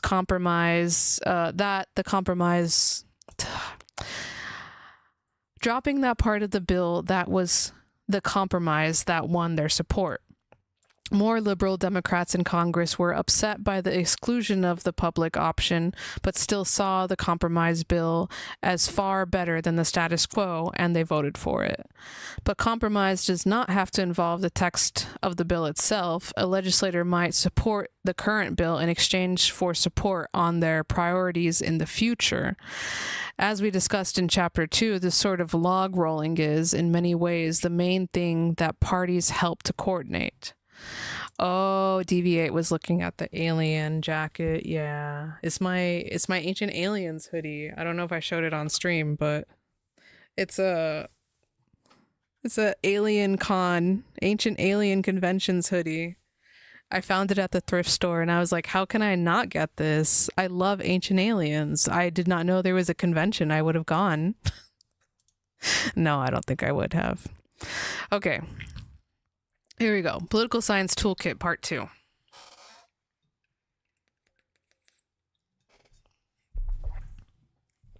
So we can talk about the spatial model again. As legislators try to get a bill passed, one thing they can do is compromise on the language of the bill itself. As we noted in the text, the Affordable Care Act was not going to pass until leadership dropped the provision for the public option. In the terms of the spatial model, compromise effectively moves the bill towards some members' ideal points. And while some members may not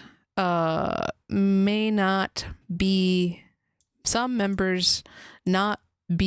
not happy, and while some members may not be not happy with these concessions, can't wait. Yeah.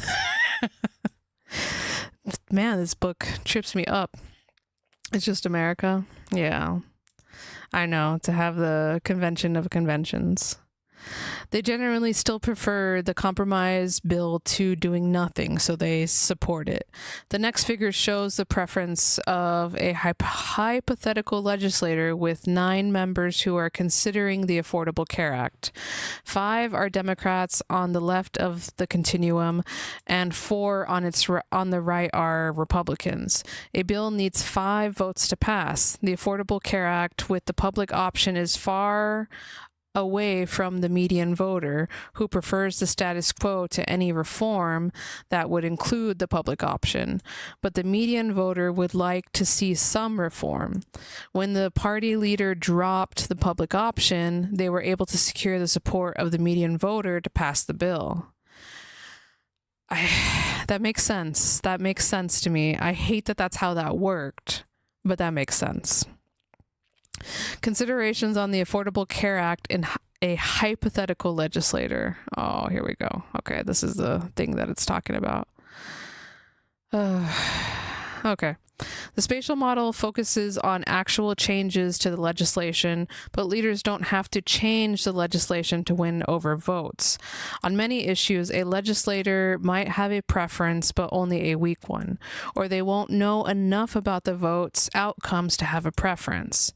The ability to persuade or at least guide other legislators is an underappreciated source of party leader influence. Party leaders very rarely demand members vote a particular way.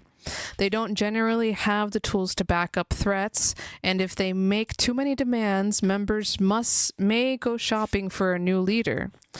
But party leaders do not have certain advantages that make them influential in getting the votes they want, including control over campaign money, collections of information, influence over where bills get assigned, who serves on which committee, and where members' offices are.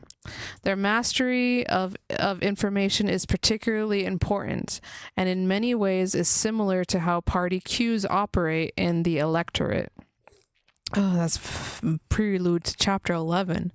Voters don't know how a policy will affect their lives, so they take cues from political elites who are often party leaders.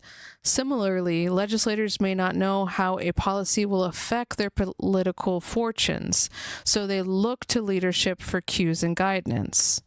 Legislators, of course, have some sense of what people care about in their districts. They understand local sentiment on the higher profile issues that they ran on and that they hear about when constituents contact them. But how will a new business regulation or health benefit or education proposal be received by voters when most of those voters know nothing about it today? Legislators can guess about this sort of thing, or they can turn to politically connected people like lobbyists, interest group representatives, and yes, their own party leaders. Lobbyists and interest groups provide information to members trying to figure out what is the best decision would be. Yeah. But they may not have the members' best interest at heart. The party leadership, on the other hand, won't remain in leadership for long if its party members are not reelected, so their interests are aligned. Finally, party leaders do have some more blunt tools of persuasion to use. The most obvious is campaign finance. Both parties have committees in both chambers that are designated to get party members reelected.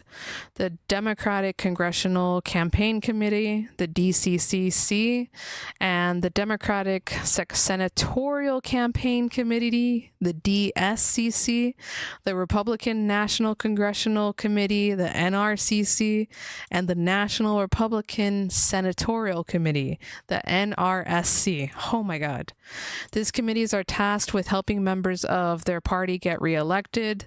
Such committees and the party in general rarely try to directly harm incumbents, unless you're AOC or Marjorie Taylor Greene. However, priorities must be made. A member who is consistently out of line may find themselves with less support from the party than they would like. Yeah, that was AOC for sure when she was not getting... Oh, wait, here we go. We're probably going to talk about it. Okay, that would take a lot of getting out of line, though. If voting against their party really is in the interest of the member, it may be in the interest of the party leadership to let them be free to vote that way. After all, the party leadership wants to re-elect as many of its own caucuses as it can.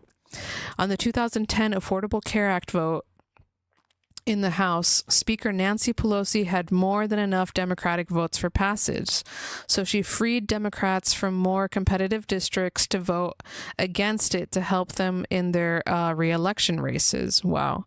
If a vote will hurt a member's re-election chances, it's not good for the party majority status, nor for the party leadership itself. The occasional defection isn't going to get the party upset, especially if it's not decisive. Re-election considerations can put a real constraint on the ability of the party to pressure legislators to vote the way they want them to. However, not all legislative votes are equally important to members' re-election chances. Our discussion so far focused on what we call substantive votes. These are votes that are directly on the contents of the bill and re-elections. Directly on the contents of the bill and resolutions. However, much of what the legislative body does is procedural. A procedural vote on how the legislative will proceed, oh my God, such as whether it'll allow or cut off debate on a bill, or whether it'll send a bill back to its originating committee. Such votes may seem technical and arcane, but they determine how the decision can be made. For example, it's common for a legislator to move to send a bill back to a committee for more deliberation, such as motion to recommit. At a minimum, will delay the bill, and at the most may end up killing it. In practice, then, procedural votes can determine which bills pass and which do not. In terms of the actual outcomes, in a legislator, these procedural votes are often at least as important as substantive votes, but legislators don't treat them the same. Several political scientists have shown that for all their potential defections on substance, legislators are much more likely to vote with their parties on procedural votes. Since voters and activists don't pay as much attention to procedural votes, legislators are freer to vote the way their party would like them to. If someone is going to make a campaign ad about a member of Congress's vote, it isn't going to be about their vote on a motion to recommit. Oh, yeah, it would make a vote on a motion to, a vote on the actual policy, right?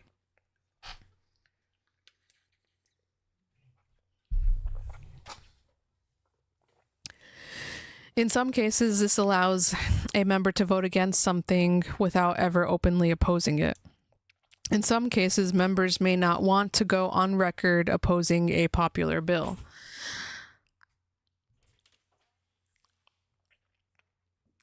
Some Democrats, for example, don't want to go on record opposing the Powell Civil Rights Amendment, even though they saw it as undermining school funding.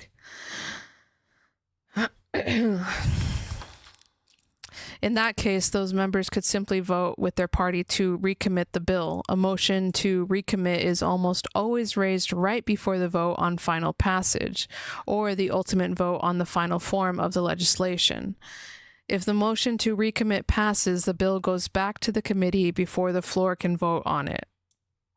Again, in terms of the actual outcome of the bill, recommitting it is functionally the same as voting it down, but it doesn't attract nearly the same level of attention, and it is easier to tell a constituent that you sent something back to a committee rather than killed it. Agenda control. Okay, hopefully the last section. It's almost been 2 hours here, man. The easiest way to prevent opposing party members from voting the way their leadership wants them to is to control what they vote on in the first place. For party leaders, control of the agenda, what gets a vote and when, can be nearly as powerful as persuasion. This can work in two ways. The most common is a negative agenda control. This is when the party leadership keeps decisions off the agenda to prevent them from having a public vote. It is also possible to manipulate items onto the agenda, or positive agenda control, but this is more difficult and less common.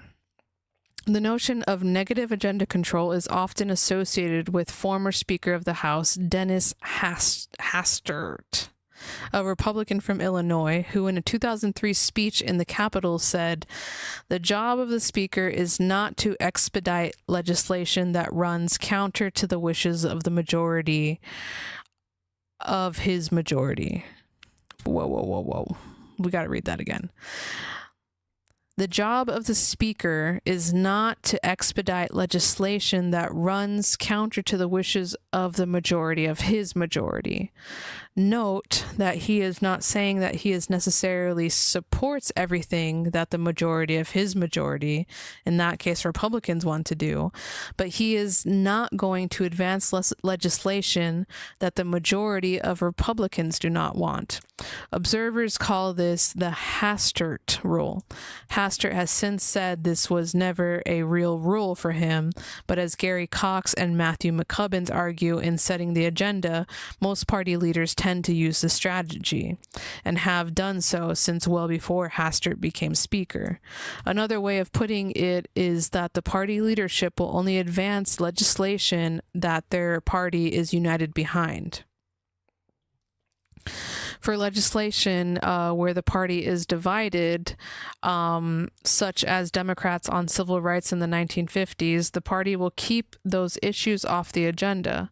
A Democratic Party exercising negative agenda control in the 1950s would have never allowed the Powell Amendment to come up for a vote, and the legislation on which the Northern and Southern Democrats agreed would have passed. For frustrated members, there are ways around the party's control over the agenda. For instance, if the majority party leadership is unwilling to consider a bill that the majority of the floor wants to vote on, the bill's supporters can sign a discharge petition, forcing the committee to send the bill to the floor. The discharge petition was created precisely to limit the power of leadership, but the use of the discharge petition is rare. If the leadership wants the bill to proceed, there would be no need for the discharge. If the leadership does not, then signing the discharge petition means going against the leadership in a public way. Most members will not want to upset their party leaders unless they care a great deal about the legislation that is bottled up in a committee. A few members might be that passionate, but a majority rarely is. Negative agenda control is effective for getting legislation passed. It also protects the members of the legislature, and in the end, the leadership is interested in helping members get reelected. Sometimes that means helping them avoid a costly vote, just as we saw that and the leadership might want to let members defect when it's in their interests. So too, will the leadership want to protect members from having to choose on difficult issues? Yes, that makes sense. Oh my God, we have a spatial model part 3. One way for party leaders to get what they want is to compromise, as we saw in the previous political science toolkit, but negative agenda control can help them get what they want with less compromise. The following figure illustrates the benefits of negative agenda control with a hypothetical scenario.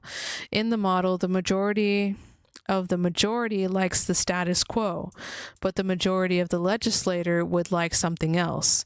In particular, the hypothetical proposal for more regulations on the financial industry right at the chamber median legislator would surely pass the legislature. But such as bill divides the majority party, if the majority of the majority likes the status quo, then don't need to report any bill to the floor at all. In that case, the committee chair, appointed by party leadership, controls the agenda and thus would let the bill die in committee. This is very, very complicated, but we're getting it. DV8 said, don't compromise with fascists. I agree. How many Republicans are fascists these days? All of them? I don't know. Okay, so the proposals here in the middle, status quo is a little bit to the right. Seems like the Democratic legislators want more regulations. 1, 2, 3, 4, and there's 1, 2, 3, 4, 5 Republican legislators. So I guess the Democrats who want more regulations would be rather just to stay with the median, instead of trying to go for more and then losing it all because the Republicans have the majority.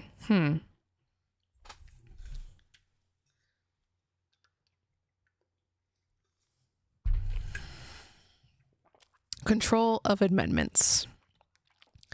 Agenda power is more flexible than it might appear. It's not just that the leadership can only allow votes where they will win.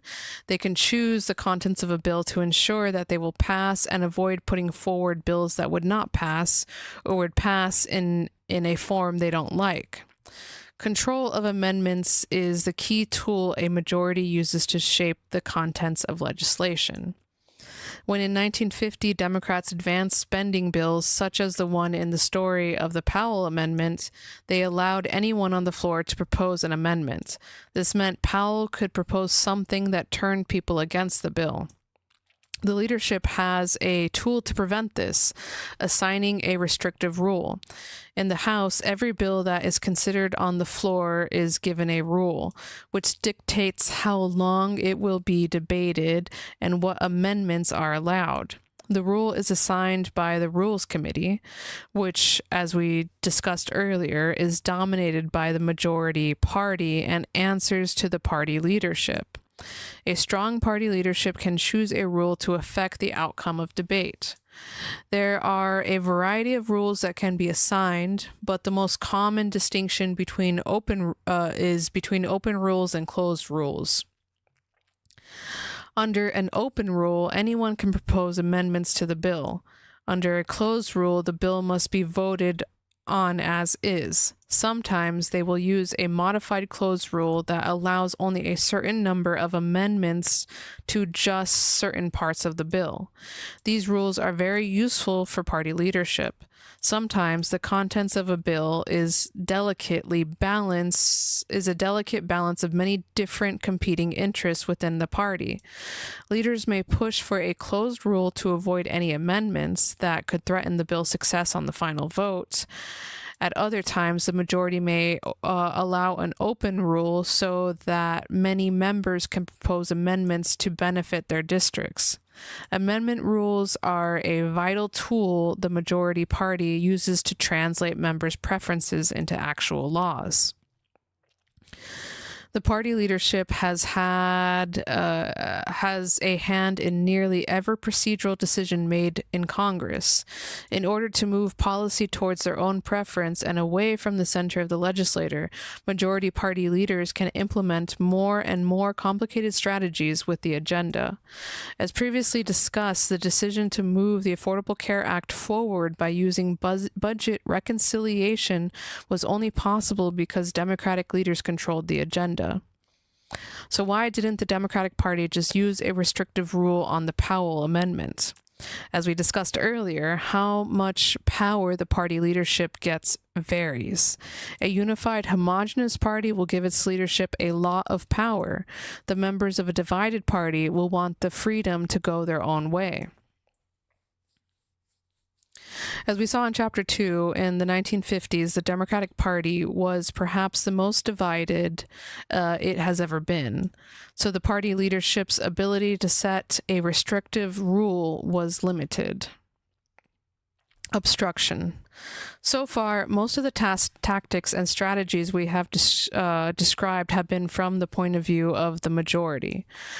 Minority leaders use most of the same tools to persuade, pressure, and encourage their members to vote the way they want them to. The minority has tools to try to achieve its goal, but because the majority sets the agenda, most of what the minority can do is reactive. Often, the minority tries to disrupt the majority party legislation, extract concessions, and sometimes simply embarrass the majority with an eye towards the next election. The filibuster. The most obvious strategy for obstruction is in the Senate, where the institution of the filibuster means that even one senator can, in theory, prevent legislation from moving forward. Since the Senate does not limit debate, any member who can hold the floor indefinitely can prevent the body from moving to the vote. It is hard for a single member to do this alone, so in the 20th century, when filibusters became more common, most successful ones involved teams of opponents who could speak at length and then yield to an ally. Occasionally, this could be performed well by only a handful of senators in the majority committed to a cause, but a minority party unified in opposition to a bill could also coordinate a filibuster very effectively. The filibuster works through delay. Opponents of the bill commit to holding the floor while the bill is debated. This means that not only can the Senate never move the bill forward to a vote, they can do anything else while they try. So the leadership has to either drop the bill or negotiate with the filibustering faction until they agree. Again, party leadership orchestrates these negotiations. The filibuster once involved literally speaking on the floor without interruption, but the Senate eventually realized that this was unnecessary. Anticipating how everything will play out, the potential filibusters and the leadership negotiate in advance. In other words, merely the threat of the filibuster is enough. This has the effect of strengthening the filibuster option because it makes it easier to use. The Senate has made other moves that weaken the filibuster. The biggest is the changes to the culture vote. Hold on. We need to look this. Well, I guess cloister. I don't know how to say this word. Copy. Let's go to Google and figure out how to say this. Culture. Oh, it's French for fence. How do we? Clôture. Clôture. Clôture. Oh my god. Clôture. One more time. Clôture. Clôture. Freaking French. Okay. The Senate has made moves that weaken the filibuster. The biggest is the changes to the cloture vote. Cloture is a procedure to cut off debate in the Senate.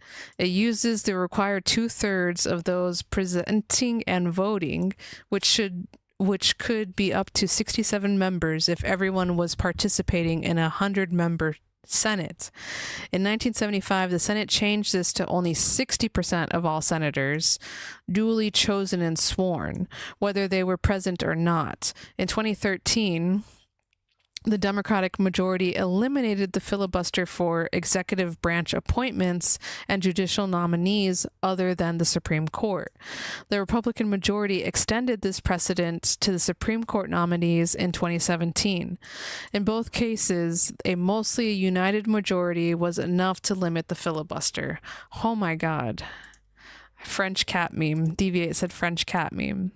Yes. By the way, Deviate, how is your cat? I forgot what, hold on. Your cat's name was, Valkyrie. Valkyrie. How is baby Valkyrie?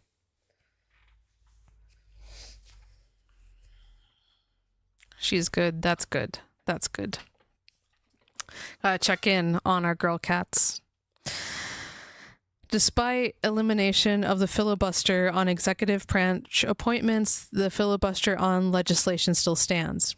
Why? Once eliminated, the filibuster would not likely come back, which is why this move is sometimes termed the nuclear option. Deviate. Our cats are good. Our cats are pains in the asses, but they are good. The cold weather has them being a little bit cute and cuddly. Senators, even those deeply frustrated by the filibuster, often remain loyal to Senate traditions and culture. And given how frequently the Senate has changed partisan hands in recent decades, any majority member knows they might soon be in the minority and might want to use this handy tool. Other strategies of obstruction. The filibuster is dramatic, but there are other ways in which members of the minority can extract concessions from the majority. Sometimes the majority needs a few minority votes. That might be because of disagreement within the majority, or even because the majority needs to let some of its own members to vote against the bill, particularly in recent years when Senate control has been just a few seats. Has been controlled by just a few seats. The majority may sometimes need a few minority members for a win, and those minority members are in good position to exact a price. The minority may sometimes try to force votes on amendments that it knows it will lose, just to embarrass the majority party. For instance, as the Senate was considered the legislation that became the Affordable Care Act in 2010, Senator Tom Coburn, a Republican from Oklahoma, introduced an amendment that would prohibit the insurance program being used by sex offenders to pay for Viagra. Now I remember this. Oh my God. The Republicans were like pulling out all this, anything and everything they could to get the Affordable Care Act not to pass. Because I remember them being like, what are these death panels?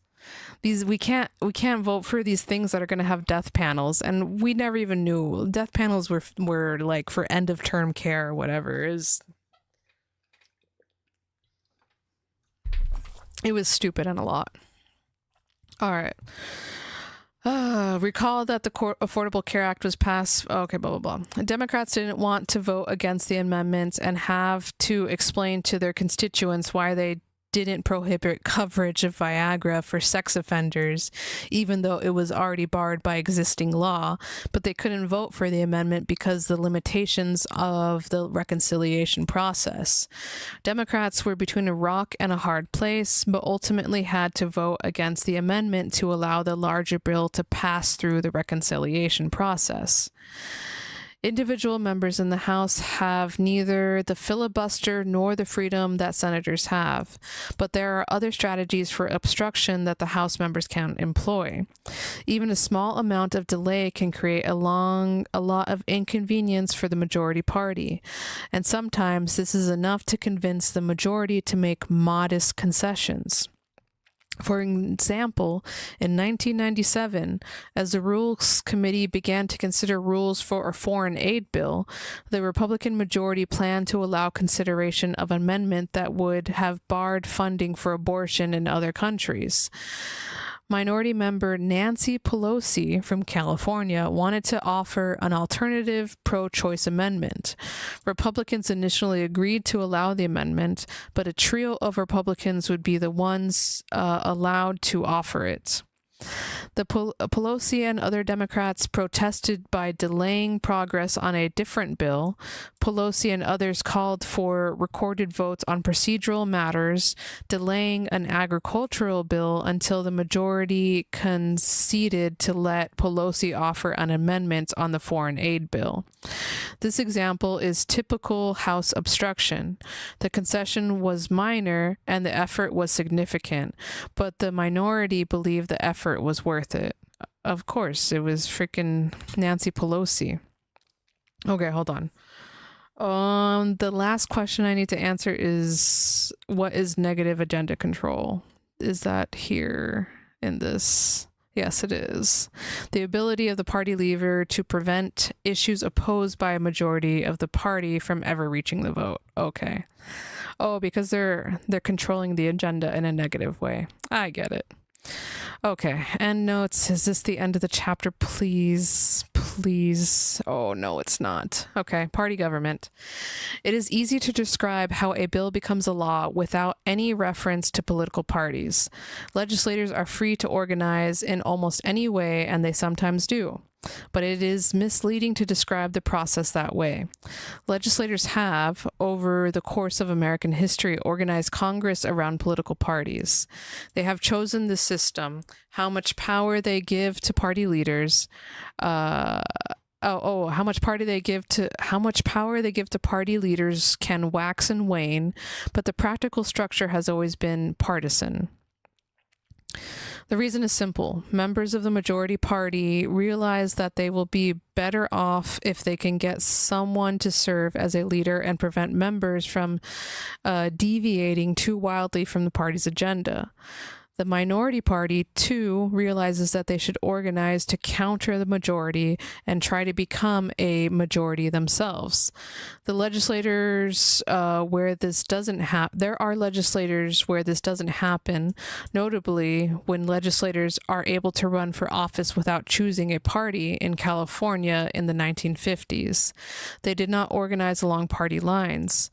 The Nebraska legislator mentioned in the chapter opening is explicitly nonpartisan, but there are exceptions. In most legislators, and certainly in the United States, Congress, the driving force for legislative organization is the party.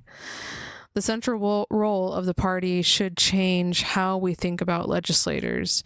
It is tempting to depict Congress as a place for deliberation.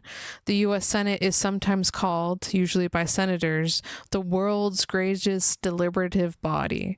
Deliberation does not take place, but the organization of the Congress is not orientated around deliberation. It is oriented around partisan conflict, and especially in the House of Representatives around empowering the majority party. For this reason alone, parties become central to many other areas of politics. Which party is in the majority may matter more than whether you agree with your legislator, or even whether they are a good person. Those things matter too, of course, but party matters a lot. Observers sometimes decry this partisanship, and certainly party conflict can grind the legislator to a halt, but partisanship can also empower legislators to coordinate, compromise with one another, and thereby accomplish their goals. Oh my God. End of the chapter. Thank you. That was good. That was a lot. Oh man, this chapter looks like it's going to be interesting, more interesting, because it's talking about the president. But yeah, so the legislative branch is very, very party centric, because that's just how it works. The bigger bodies, I guess, work better with parties. Yes, Shonen in a Box, it's finally done. I'm done reading. We are going to end the stream soon. Yeah, so I have other homework that I need to do, but that's just me doing quizzes, and I will do that on my own time. I don't want to get in trouble with my class. Oh, poor Bishonen in a Box is sleepy. Okay, Bishonen, you can go sleepy now. You want me to pay some bedtimes? Play some of that Civil War type beat.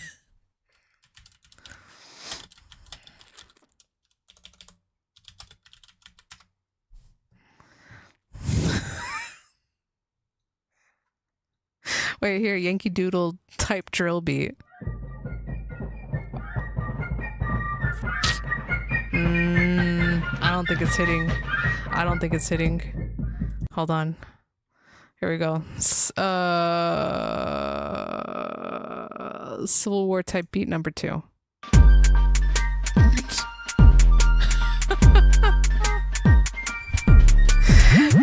Oh my goodness. Are you kidding me with this music? Nope. Thank you, DV8, for suggesting Civil War type beats. The thumbnails are crazy. It's literally, is this you Leslie's not Mr. Stonewall Grant or whatever the heck his name? He's wearing freaking New York flat brims sticker hat. Okay. So anyways, like I said at the beginning of the stream, I'm gonna turn this down a little bit. Go to the first one. The first one was better. I think you were right. Or no, the Yankee Doodle. I did not like the Yankee Doodle. Here we go. All right. Okay. Good night, y'all, everyone. Thank you for joining me in reading my homework. I now feel prepared for quiz tomorrow. Oh my God, we're gonna be so great. So be sure to tune in this Friday. Hold on, let me turn this down. Just tune in this Friday for IEPN episode number 9, I think. That's good to hear. Yes. All right, everyone, take care. Have a good night. We'll let the Civil War beat.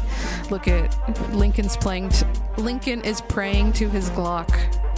Have a good night, everyone.